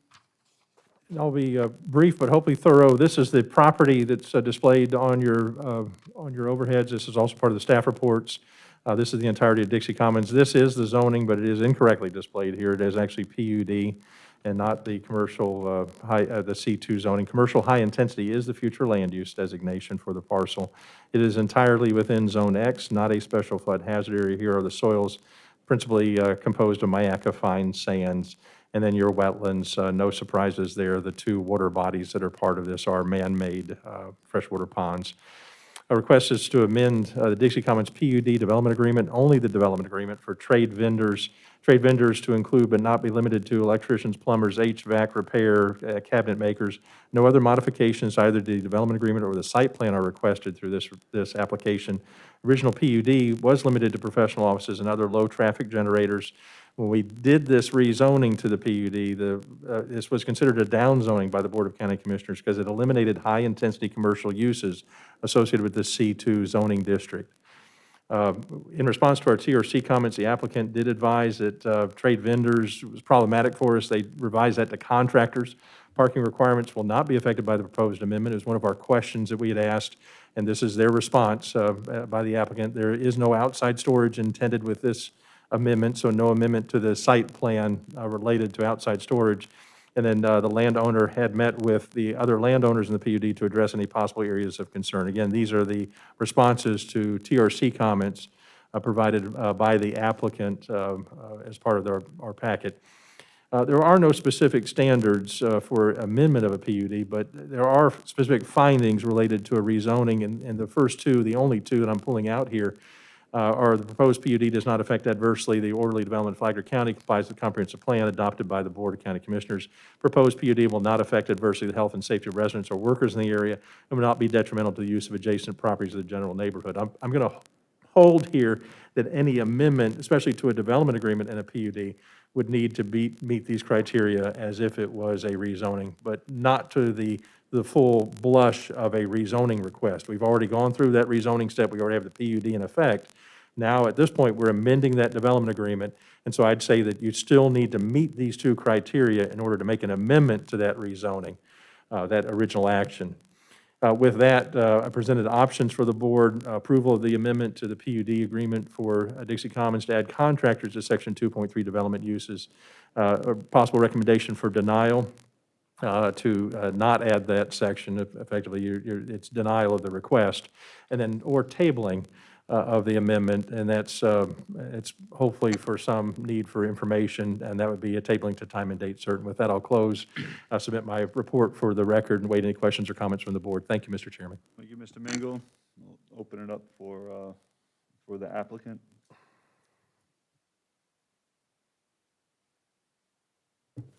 Good evening, board members. My name is Hunter Faulkner, 1 Independent Drive, Suite 1400, Jacksonville, Florida. I'm coming here on behalf of the Craven Land Corporation, the Property Owners Association, with regard to the minor amendment to the PUD development agreement with regard to adding these additional uses within the agreement.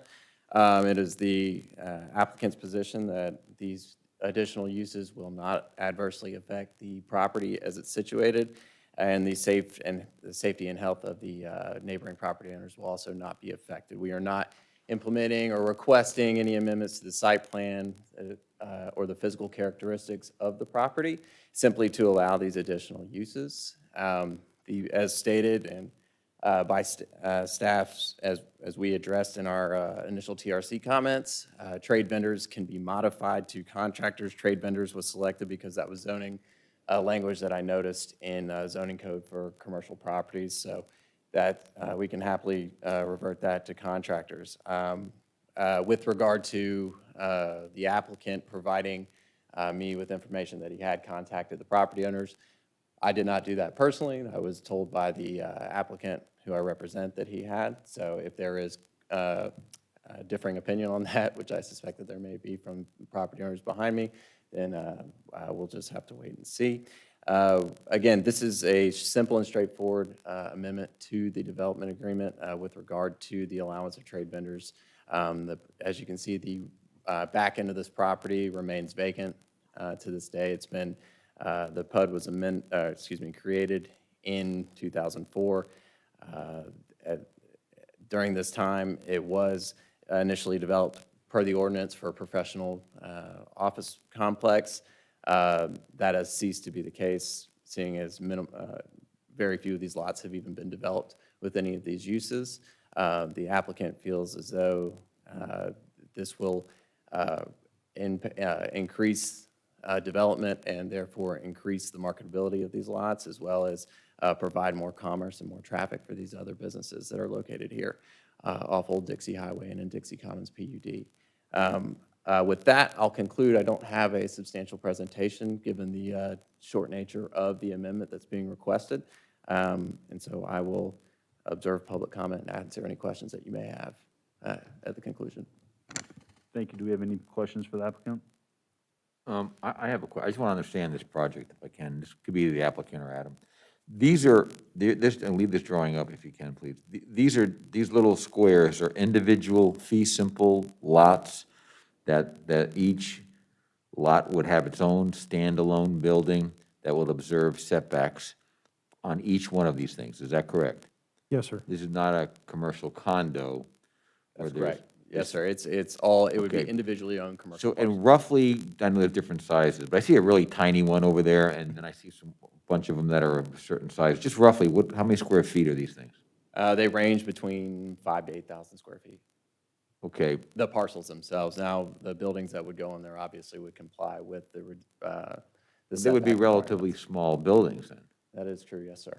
And I happen to know a little bit about the contracting side of it. I happen to be a commercial developer, and I do own a development in this county that is industrial land.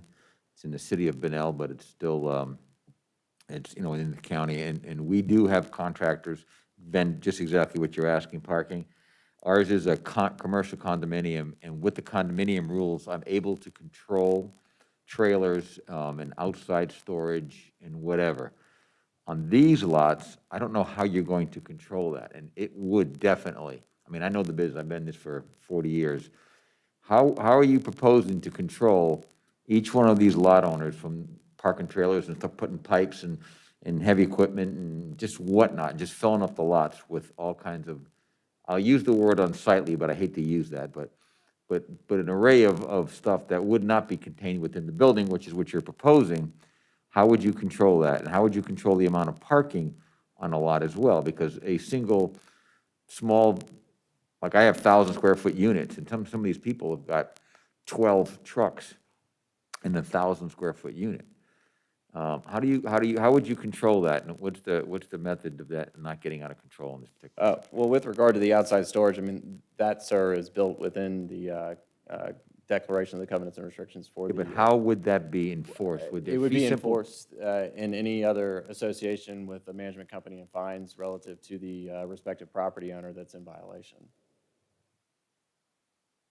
We wouldn't have anything in our code, or do we have something, Adam, within our code that would have any way of these things not becoming just storage yards in short order? We do have prohibition on outside storage, and I was looking up, you do have copies of the PUD.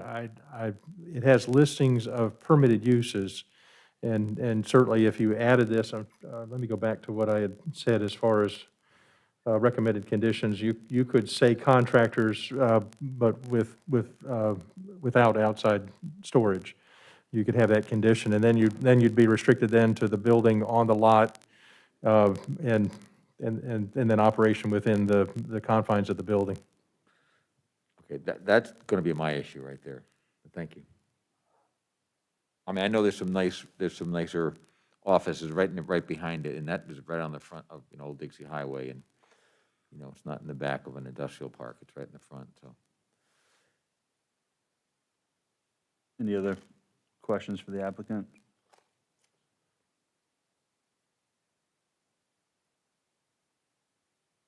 Yeah, I'll second that. Well, we didn't Just Yeah, have any motion. I'm gonna move to approve.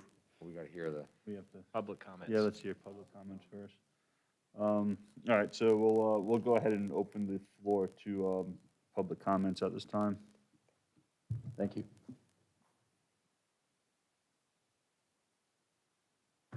I'm back. Just briefly, my name is Dennis Baer. I rep 109 South 6th Street, Flagler Beach. I represent Tom Cook, who has 2 of the 3 buildings that were built. A little bit of history. The buildings were finished back in 2008. As we all know, the market crashed. Property was foreclosed. The current owner bought it in late 2016 from Hancock Bank.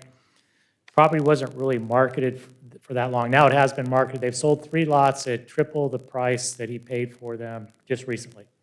Our concern is that what they're proposing, next thing we're going to have are metal buildings, storage yards, fencing, chain link fence, and things of that sort. That's completely inconsistent.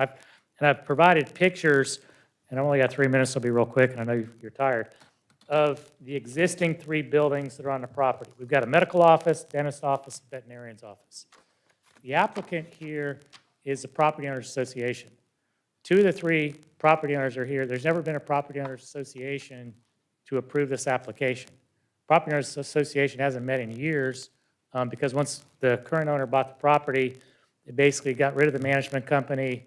They stopped maintaining the property. We've been in litigation over it. My clients had to actually do all the landscaping, replace the light bulbs, whatever needs to be done. So we're concerned that if you give approval tonight, because the way that the current property owner has the property, they can amend the covenants and restrictions without coming back here. And we've already had inquiries, and I've got the pictures of the steel buildings that they'll probably end up with on the property. To answer your other question, there's nothing to prevent somebody from buying 2 or 3 contiguous lots and doing a bigger structure on it. The other point I really want to leave you with is if you look at the actual site plan, which is included in the binder that I gave you, the road layout is done for professional office buildings. It won't accommodate larger tractor trailers that are delivering air conditioning units or delivering supplies. There's actually a roundabout in the interior of the property. You're not going to get a semi-trailer around that without causing significant damage. So I think, first off, that this is premature because, again, there's no minutes from the Property Owners Association. I've got 2 witnesses here that can testify that there's never been any of this reviewed by the Property Owners Association before it was submitted with the county. So I think until that's done, it's premature. We would also recommend that if you do recommend that this go to the county commission, no steel buildings, no storage yards, no overnight storage of vehicles, and other things that would preserve, the architectural aesthetics. And, kind of a final point, you've got another project, Plantation Bay, coming up tonight. This is an exploding area of the county for development. A lot more single-family residential. There's going to be a lot more demand for the professional office spaces, doctors' offices, things of that sort that would really blend in with the neighborhood and be a benefit to the community. And, we do need more contractors' buildings, but this is not the location. Take it to your higher intensity commercial use because, as Adam pointed out, this was a downzoning when it was done to less intensive commercial. So on behalf of the current property owners, including my client, Mr. Cook, we ask that you preserve the character of the community, not allow this amendment to the PUD. And again, hopefully, I think real soon we're going to see more professional office spaces. But if you allow contractors in the metal buildings, there will be no more upscale office professional in that area. Thank you very much.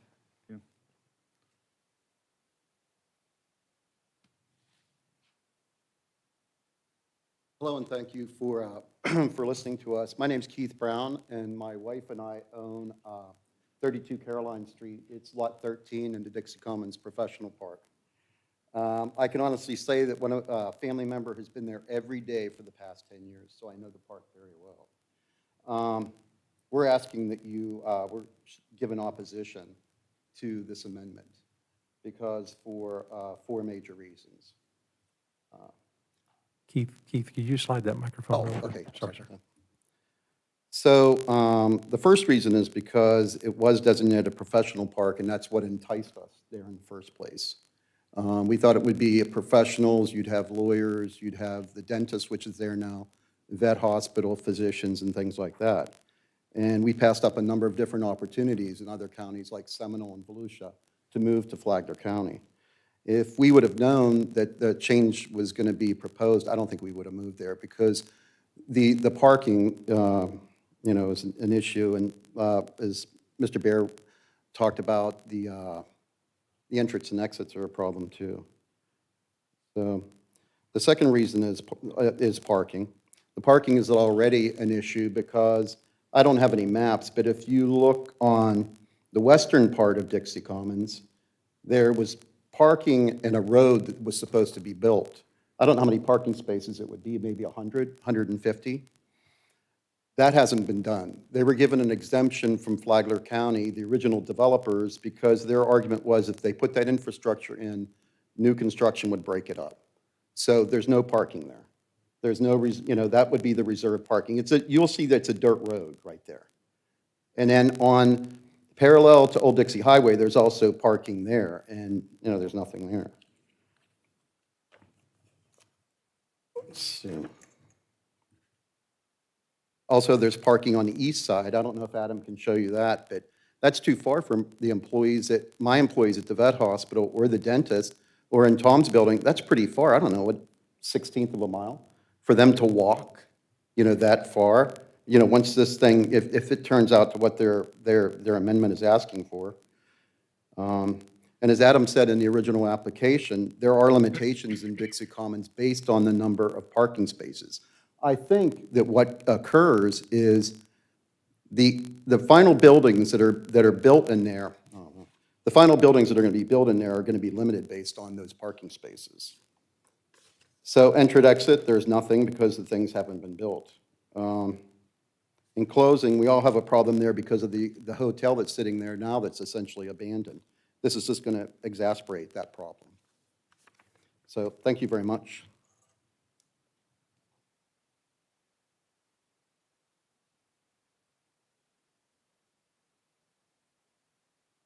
Good evening, gentlemen. Tom Cook. I've been a 40-year resident of Flagler Beach in Flagler County, and I own the building at 42 Caroline Street in Dixie Commons. A couple of comments. This is not a minor PUD change. This is game over, in my opinion, for this community if this is approved. The owner that came in 2016 bought this from the bank in foreclosure, and not one time since 2016 has had any communication with any of the property owners. Not one time. There's never been a board meeting. There's never been an HOA meeting. No budgets, no meetings, no notice of meetings, no nothing.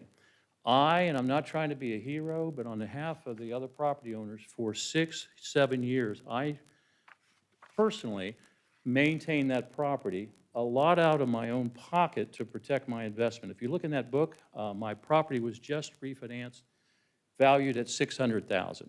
I got a call recently from a builder developer in Jacksonville wanting to put steel structures there, wanting to dress them up, probably at a total cost, including land, of a couple $100,000. Is this detrimental, this proposed change, to the current property owners? I think so, to put a $200,000 steel structure next to a professional office building. So for 6 years, I maintained the community, tried, I have a stack of emails this high, total disregard, could not repair anything, fixing sprinkler systems, mowing, parking lot, you name it, and more. I finally was left with no other choice but to take him to court.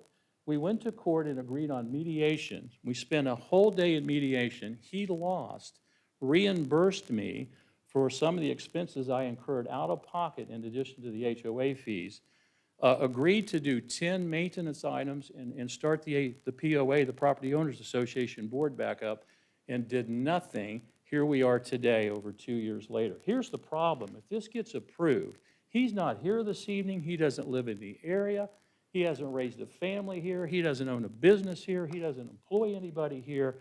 If this gets approved, here's the real problem.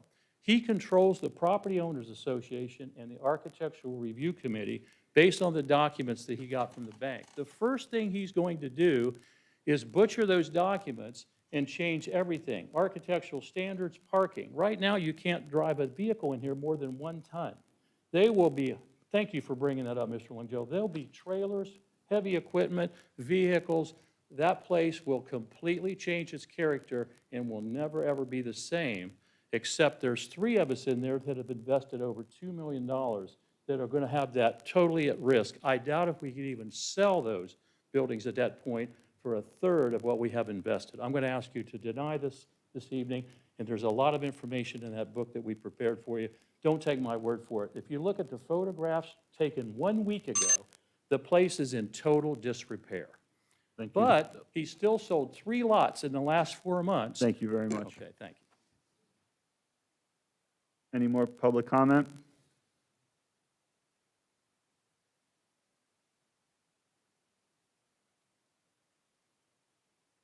Step up and state your name and where you're from. Haynes, I live on Old Dixie Highway. And if you ever see a place with steel buildings in it and small businesses, I'm a small business owner. And I have a building, and you don't want to come visit it. We're pigs. And all these people are going to be pigs. I'm not lying to you. You got me all excited about handicapped people. I have an autistic grandson, and it hurts me really bad when people start talking about him. I'm sorry, I'm going to apologize for what I said.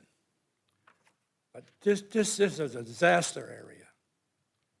It's going to get worse. They're going to put more in it, and they're going to need more room, and they're going to have more trucks, and they're going to bring in more supplies, and they can't get it in the building, so where are they going to put them? They're going to put them outside, back in the parking, where other people are supposed to be parking. It's going to happen. You can approve it if you want, but it's going to be a mess. You got a mess across the street right now. What are you going to do with that? This is just adding to it. These people that bought these buildings, that have it, they're going to lose $400,000 or $500,000, $600,000 because they're only going to be able to get $200,000 because that's what the other stuff is worth. I'm sorry for them, and that's all I got to say. Thank you, sir. And we accept your apology from earlier.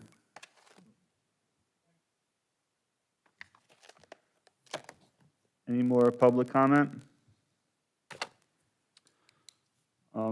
I'd like to make a comment. I'm very familiar with this property here. I mean, I really don't feel it has a place for metal buildings. I agree with some of the public comment. You know, it's more of a, what it is right now, for dentists, medical use veterinarians, to see trades go in there with all their trucks and machinery.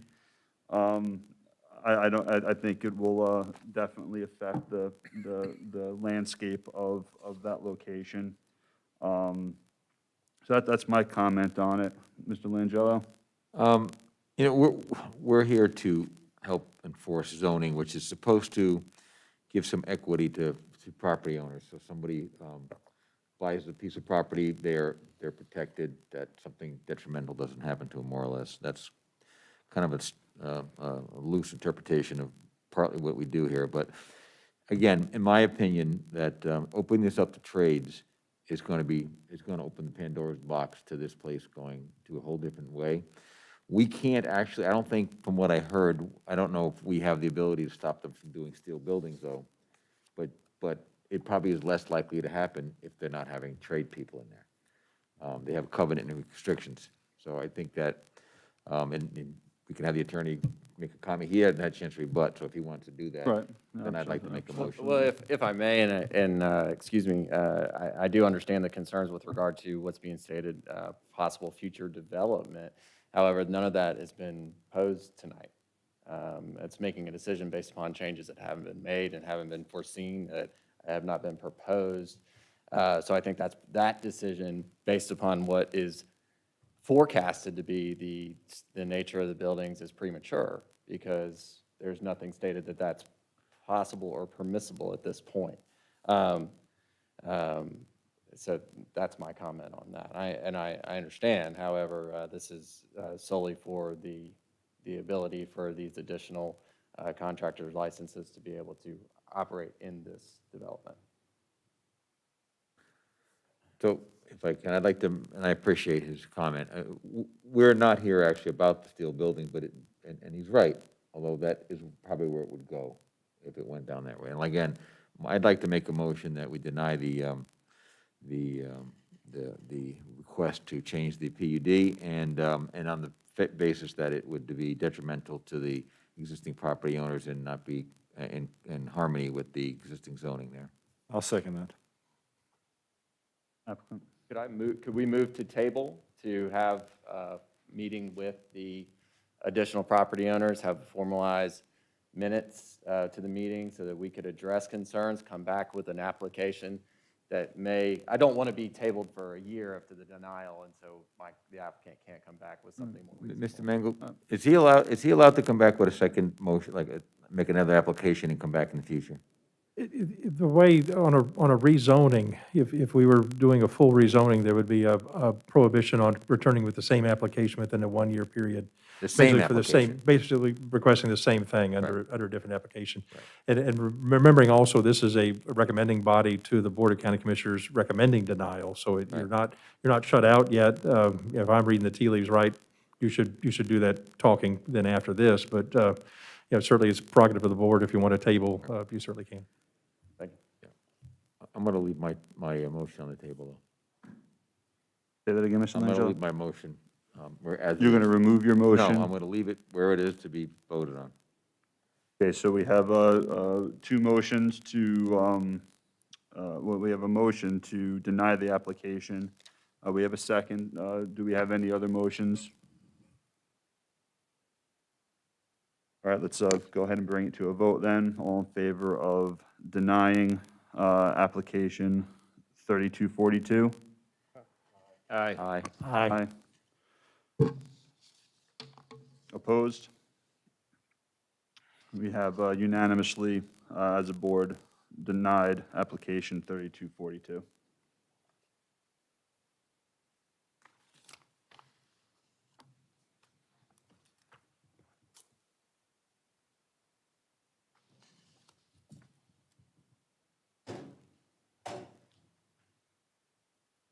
All right, moving on to application 3243.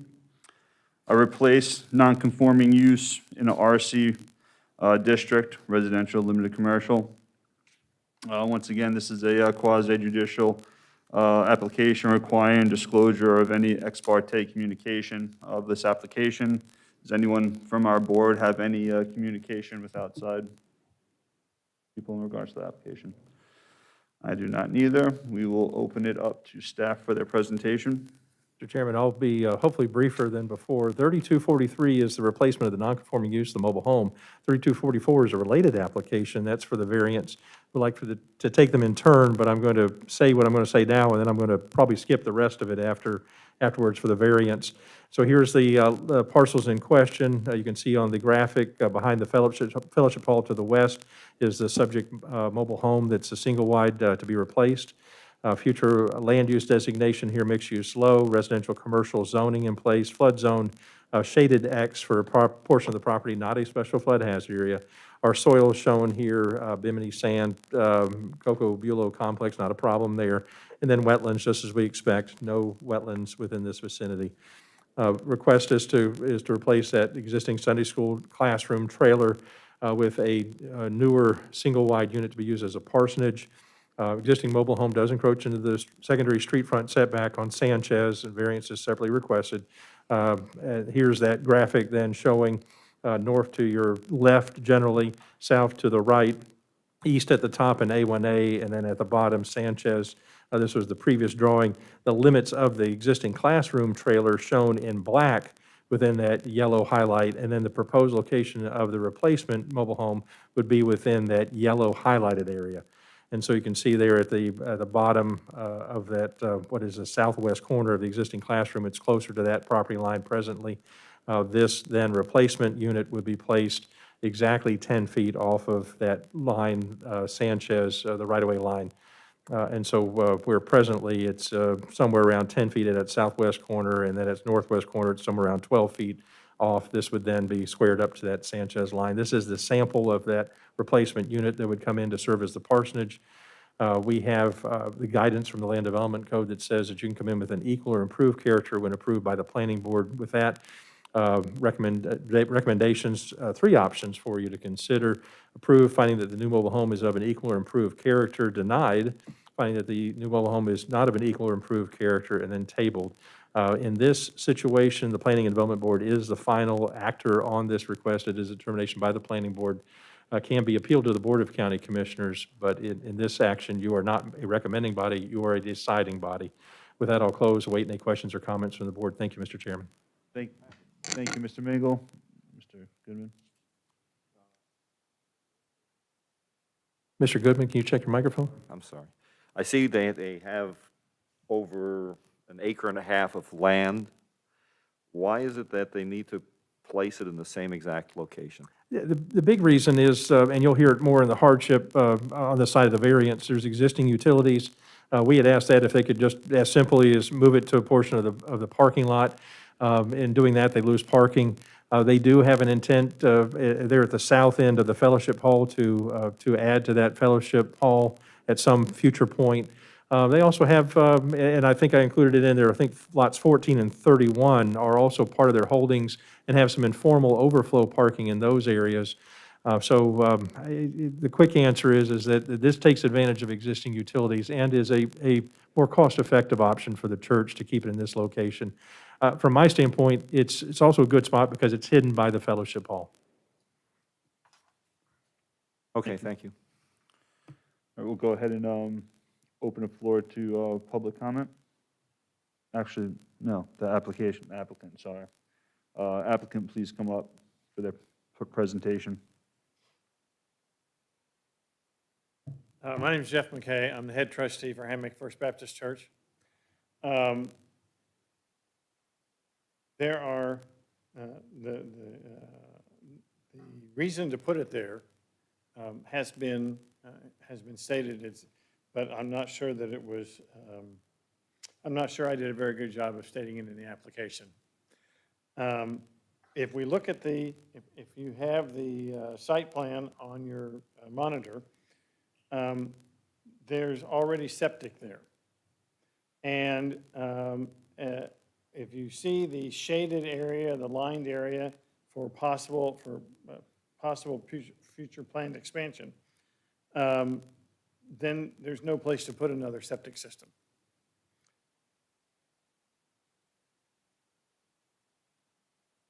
We would, of course, lose, there's also, we can only have 30% non-porous surface.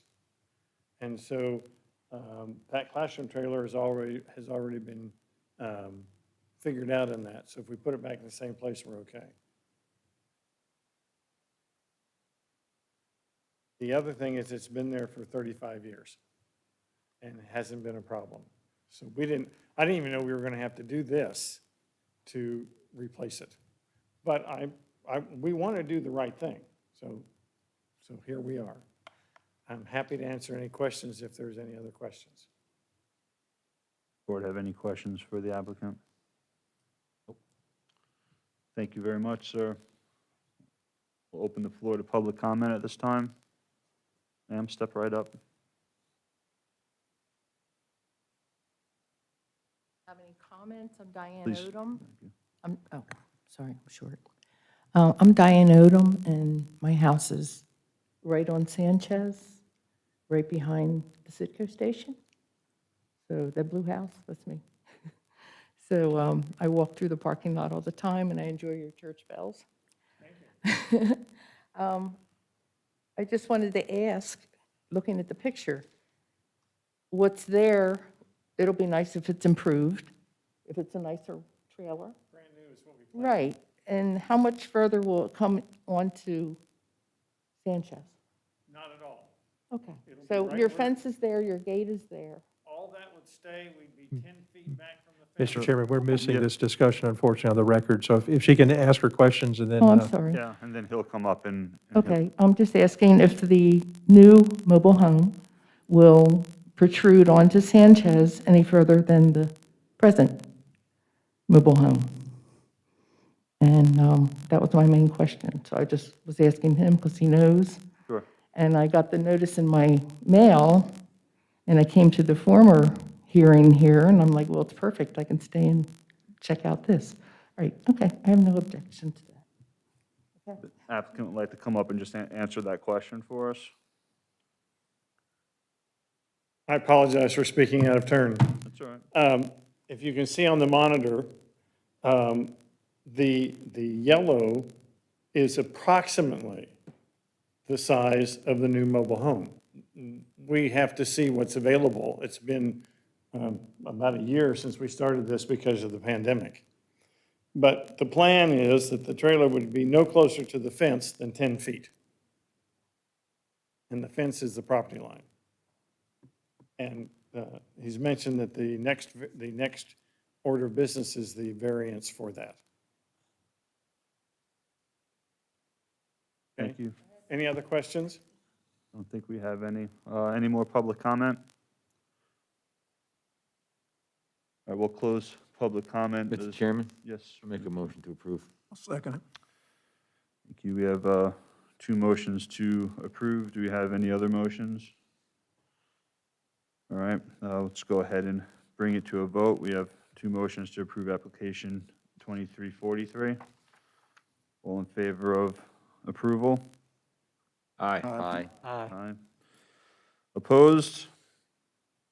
The board is unanimous on approving application 3243. Gotta do the variant next one. I would, yeah, I'd like to just make a suggestion that we stop at number 7, since it's included in this one here, and then go ahead and do the other applications next month. I mean, I'm making that suggestion to the board. If the board feels differently, then I'm willing to hammer it out, but I just want to throw it out there. So, gentlemen, please chime in on how you'd like to proceed before we move further. And so we have two board members. Mr. Chairman, I know that Mr. Finley has been here for a while waiting tonight, and I'm sure his client is probably anxious to get going. We might want to hear from the applicant, give him a minute or two to say how this could affect them for another month, the other two applicants that are coming forward. Okay. But I think if we can at least go through this one first and then. Okay, all right, that works for me. All right, so moving forward to application 3244, a variance in the RC district. This is for property 5328 North Ocean Shore Boulevard. Go ahead and open it up to staff presentation. I'm ready to hammer. If y'all had any disclosures, you can go ahead and jump in real quick, Sorry, and then I'm okay. ex And parte. Any disclosures, conversations? Good. Okay, thank you. so then here's the parcel, and then we go through, and we applied a secondary front to Sanchez because of the RC district. It's got 2 fronts. May disagree, may not agree there. The bottom line is we're trying to be 10 feet off of that Sanchez line. It's either going to be a 40-foot setback or a 25-foot setback, and so our request here, very clear, is to be 10 feet off of that line. With that, you have the information in the zoning here, rear yard 25 or the 40-foot that would apply. You have that detail of what's coming back with that non-conforming use replacement of the new mobile home. 3 options available to you. Again, you are the final determiner on this request as a variance. You are granting the variance and not making recommendation of the Board of County Commissioners approve, finding that all of the variance criteria as listed in the guidelines have been met, denying it, finding the guidelines have not been met, or tabling it to a time and date certain. Close with the report and the specific findings for each variance criteria listed in the staff report as provided. Wait any questions or comments. Thank you, Mr. Chairman. Thank you, Mr. Mingle. We'll open the mic up to applicant. Thank you again for your time. It's been there for 35 years, so we kind of thought it would be grandfathered in. We don't want to get any closer to Sanchez than we already are. But the septic system is, the tank is actually between the fellowship hall and the current classroom trailer, so we can't really move it back any further from Sanchez. Any Thank you. questions? Any questions?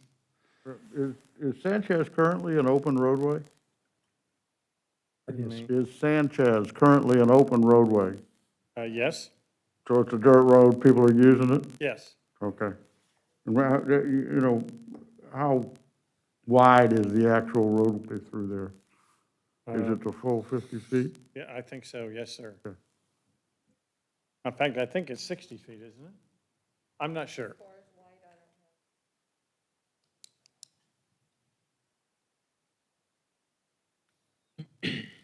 Thank you.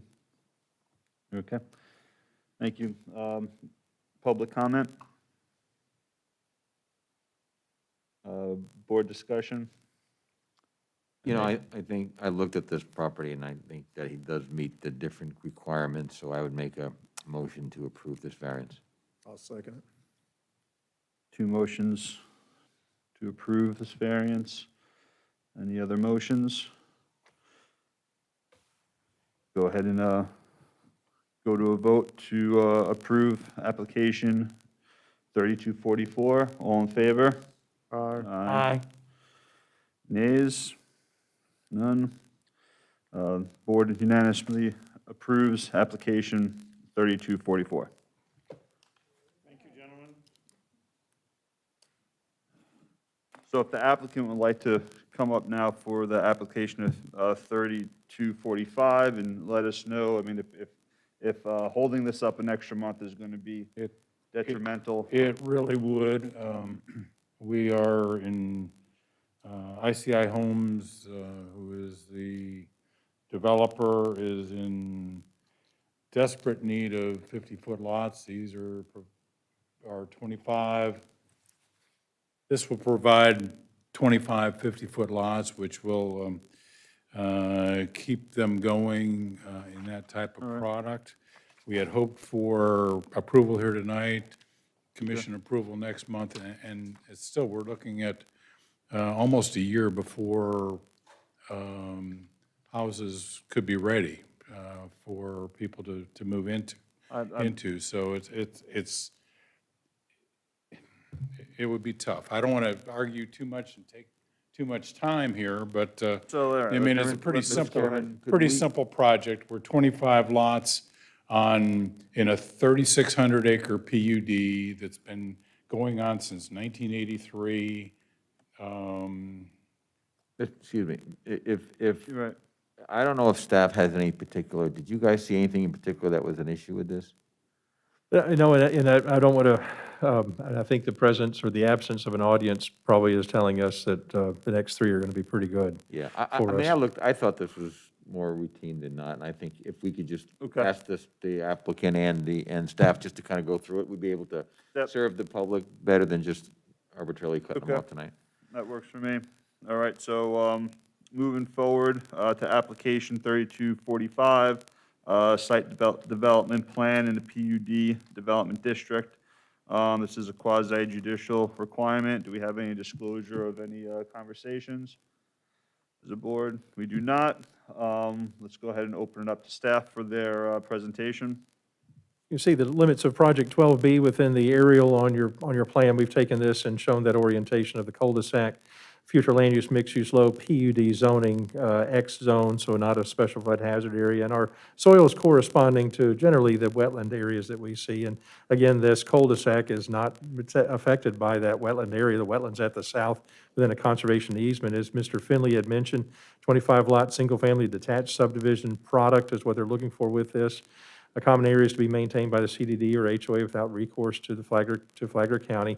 And this particular action, this one takes care of the PUD site development plan and its location. You can see here on the master MH1, map H1 development plan, and then that specific PUD site plan, and gives this site plan then also those supplemental development criteria as we do in Plantation Bay. And so this oriented northward has those 25 lots shown, does bring that product in then within, say, a year, but this process then, both here and then with preliminary plat, would give us, give them the ability then to move forward with land development permits on this. We have options for you, recommend approval of PUD site development plan and that specific development standards that were presented in the draft ordinance for your review. And then I've got the caption here.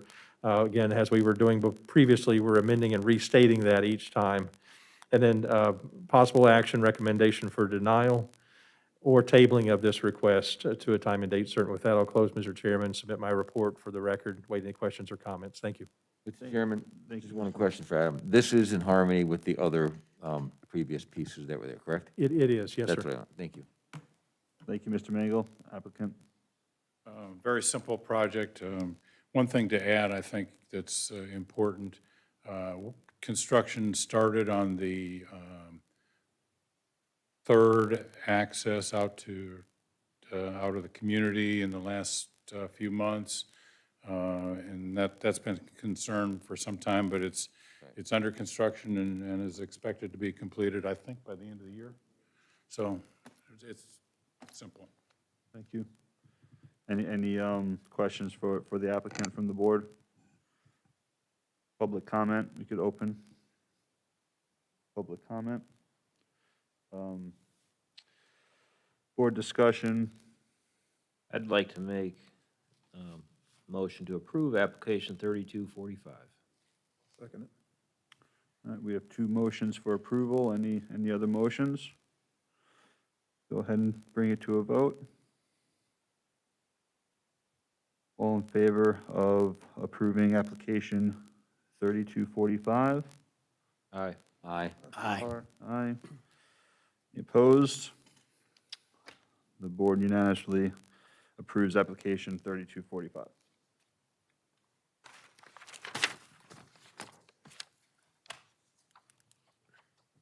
All right, application 3246. Right, yep. Preliminary plat in the PUD district. Same applicant. This is a quasi-judicial application. Any ex parte communication in regards to this application? None here. Go ahead and open it up to staff for presentation. Skipped over the previous graphics that we had. All of that information is the same. Mr. Finley stole my thunder on that Bay Drive extension underway. I put it as a plat-related item, and as that had come up at the Board of County Commissioners previously.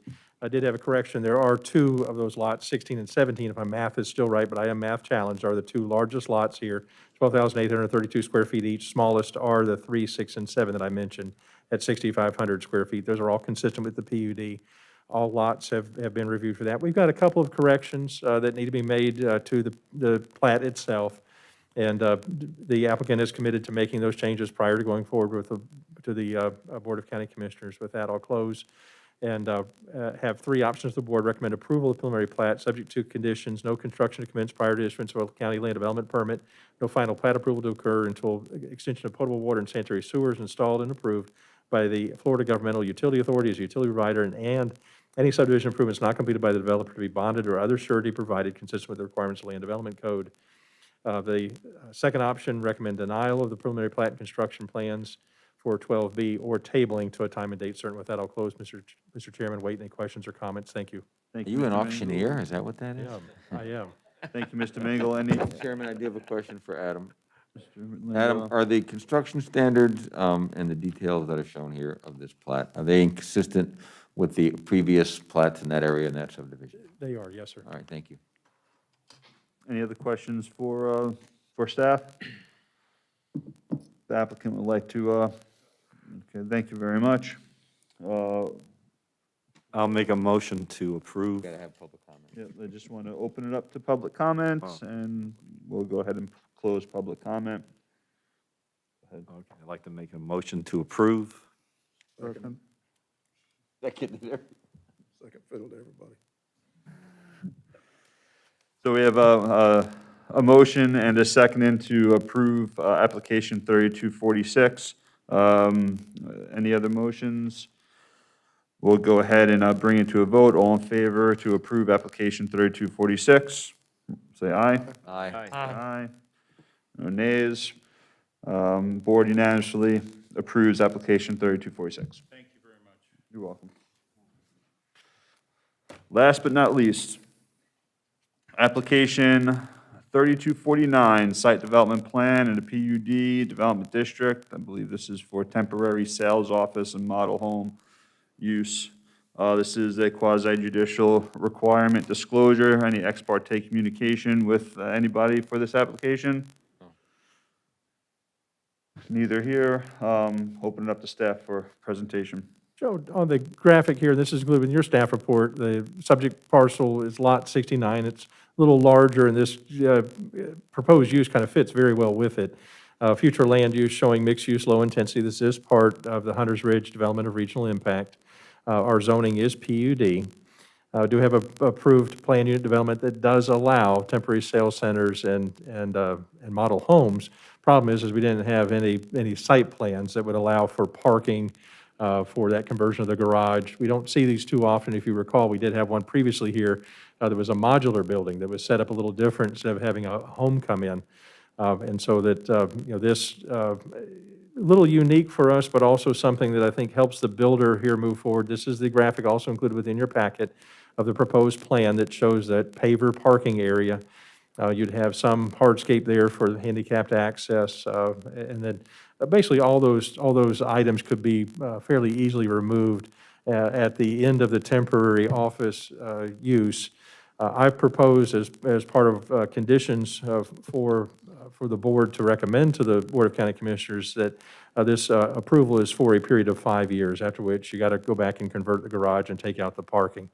So with that, that recommendation is incorporated into a possible approval recommendation for the board. Or alternatively, the board could recommend denial of the PUD site development plan for the temporary sales office model home at 79 Huntington Place, or the board could table this request to a time and date certain. With that, I'll close, Mr. Chairman, await any questions or comments. Thank you. Thank you, Mr. Mingle. Any questions or comments for staff from the board? No questions or comments to staff. If the applicant would like to come up for their presentation.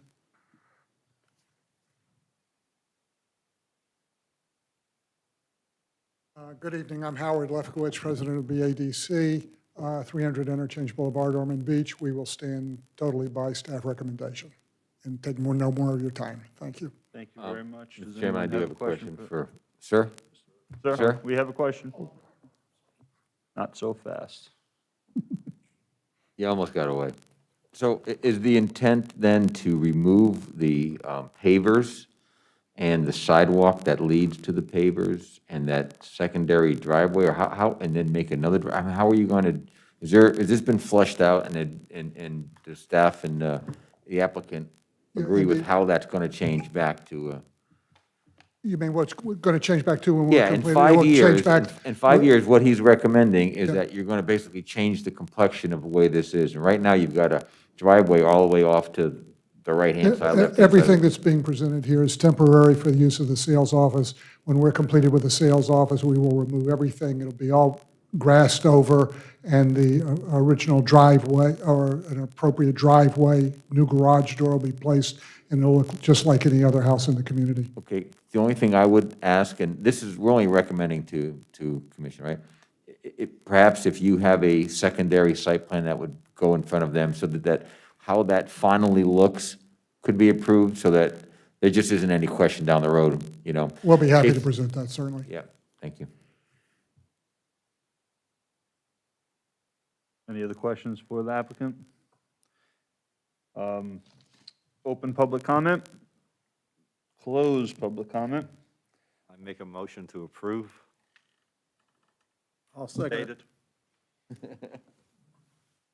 We have a motion to approve application 3249, and a seconded.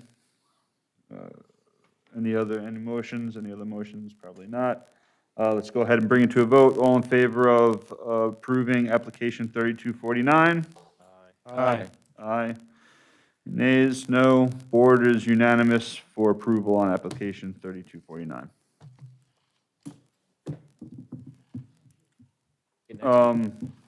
Any staff comments? Thank you for your attention. I'm going to recommend salary increases for each of you. We want double, we want double. Yeah, I want double line. Any board comments? No. No Make board a motion comments? to adjourn. Public comments? Adjourned.